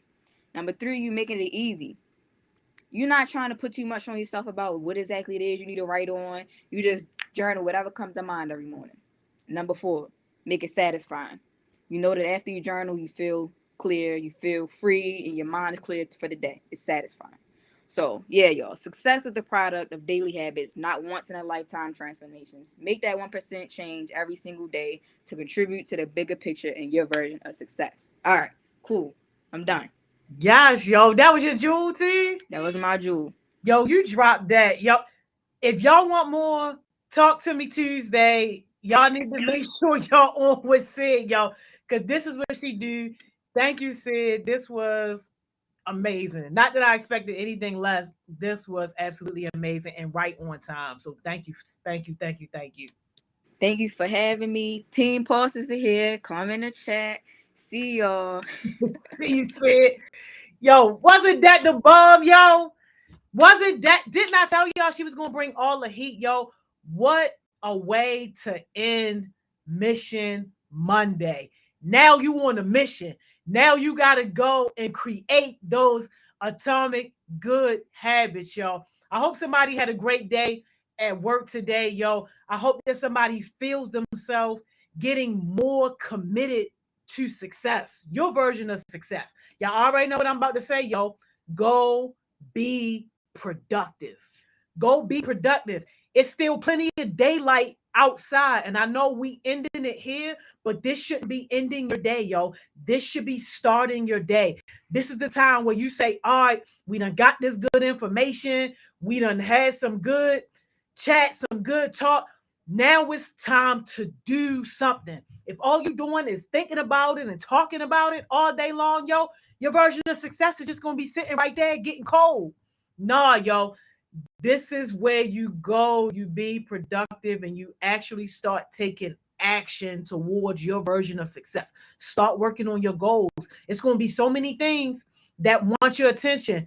Dwayne, I saw you earlier about the game, saying that one of your habits is being on the game. Let's stop that, yo. Get you a schedule for being on that game, saying, all right, if I work on my goals on this day, that day, this day, then you know what? For this amount of hour on this day, I'll go ahead and play the game. Like, yo, let's put some structure around that so that you are actually working on your goals. And if you ain't got no goals, y'all, that's a way bigger problem, yo. That's a way bigger problem. If you ain't got no goals, don't hit me up about that. Hit up your mentors. If you don't have a mentor, hit up any one of the mentors. And guess what, y'all? It's okay to have more than one mentor. It's okay to have more than two mentors. You should have several mentors. So, and I'm just using this as an example. Dawn to Dawn, we see Dawn to Dawn on here all the time, every day, all day. If you're not on Dawn to Dawn's team, but you want to be connected to Dawn to Dawn, you want Dawn to Dawn to be in your mentor circle, hit up Dawn to Dawn. You want Cam Gotti to be in your mentor circle, hit up Cam Gotti. You want Sid to be one of your mentors, hit up Sid. You ain't got to be on these people team. Connect and grow. All right, y'all. That's it, y'all. Y'all know what time it is. Same time, same place tomorrow. I see y'all. Yo, I'm out of here.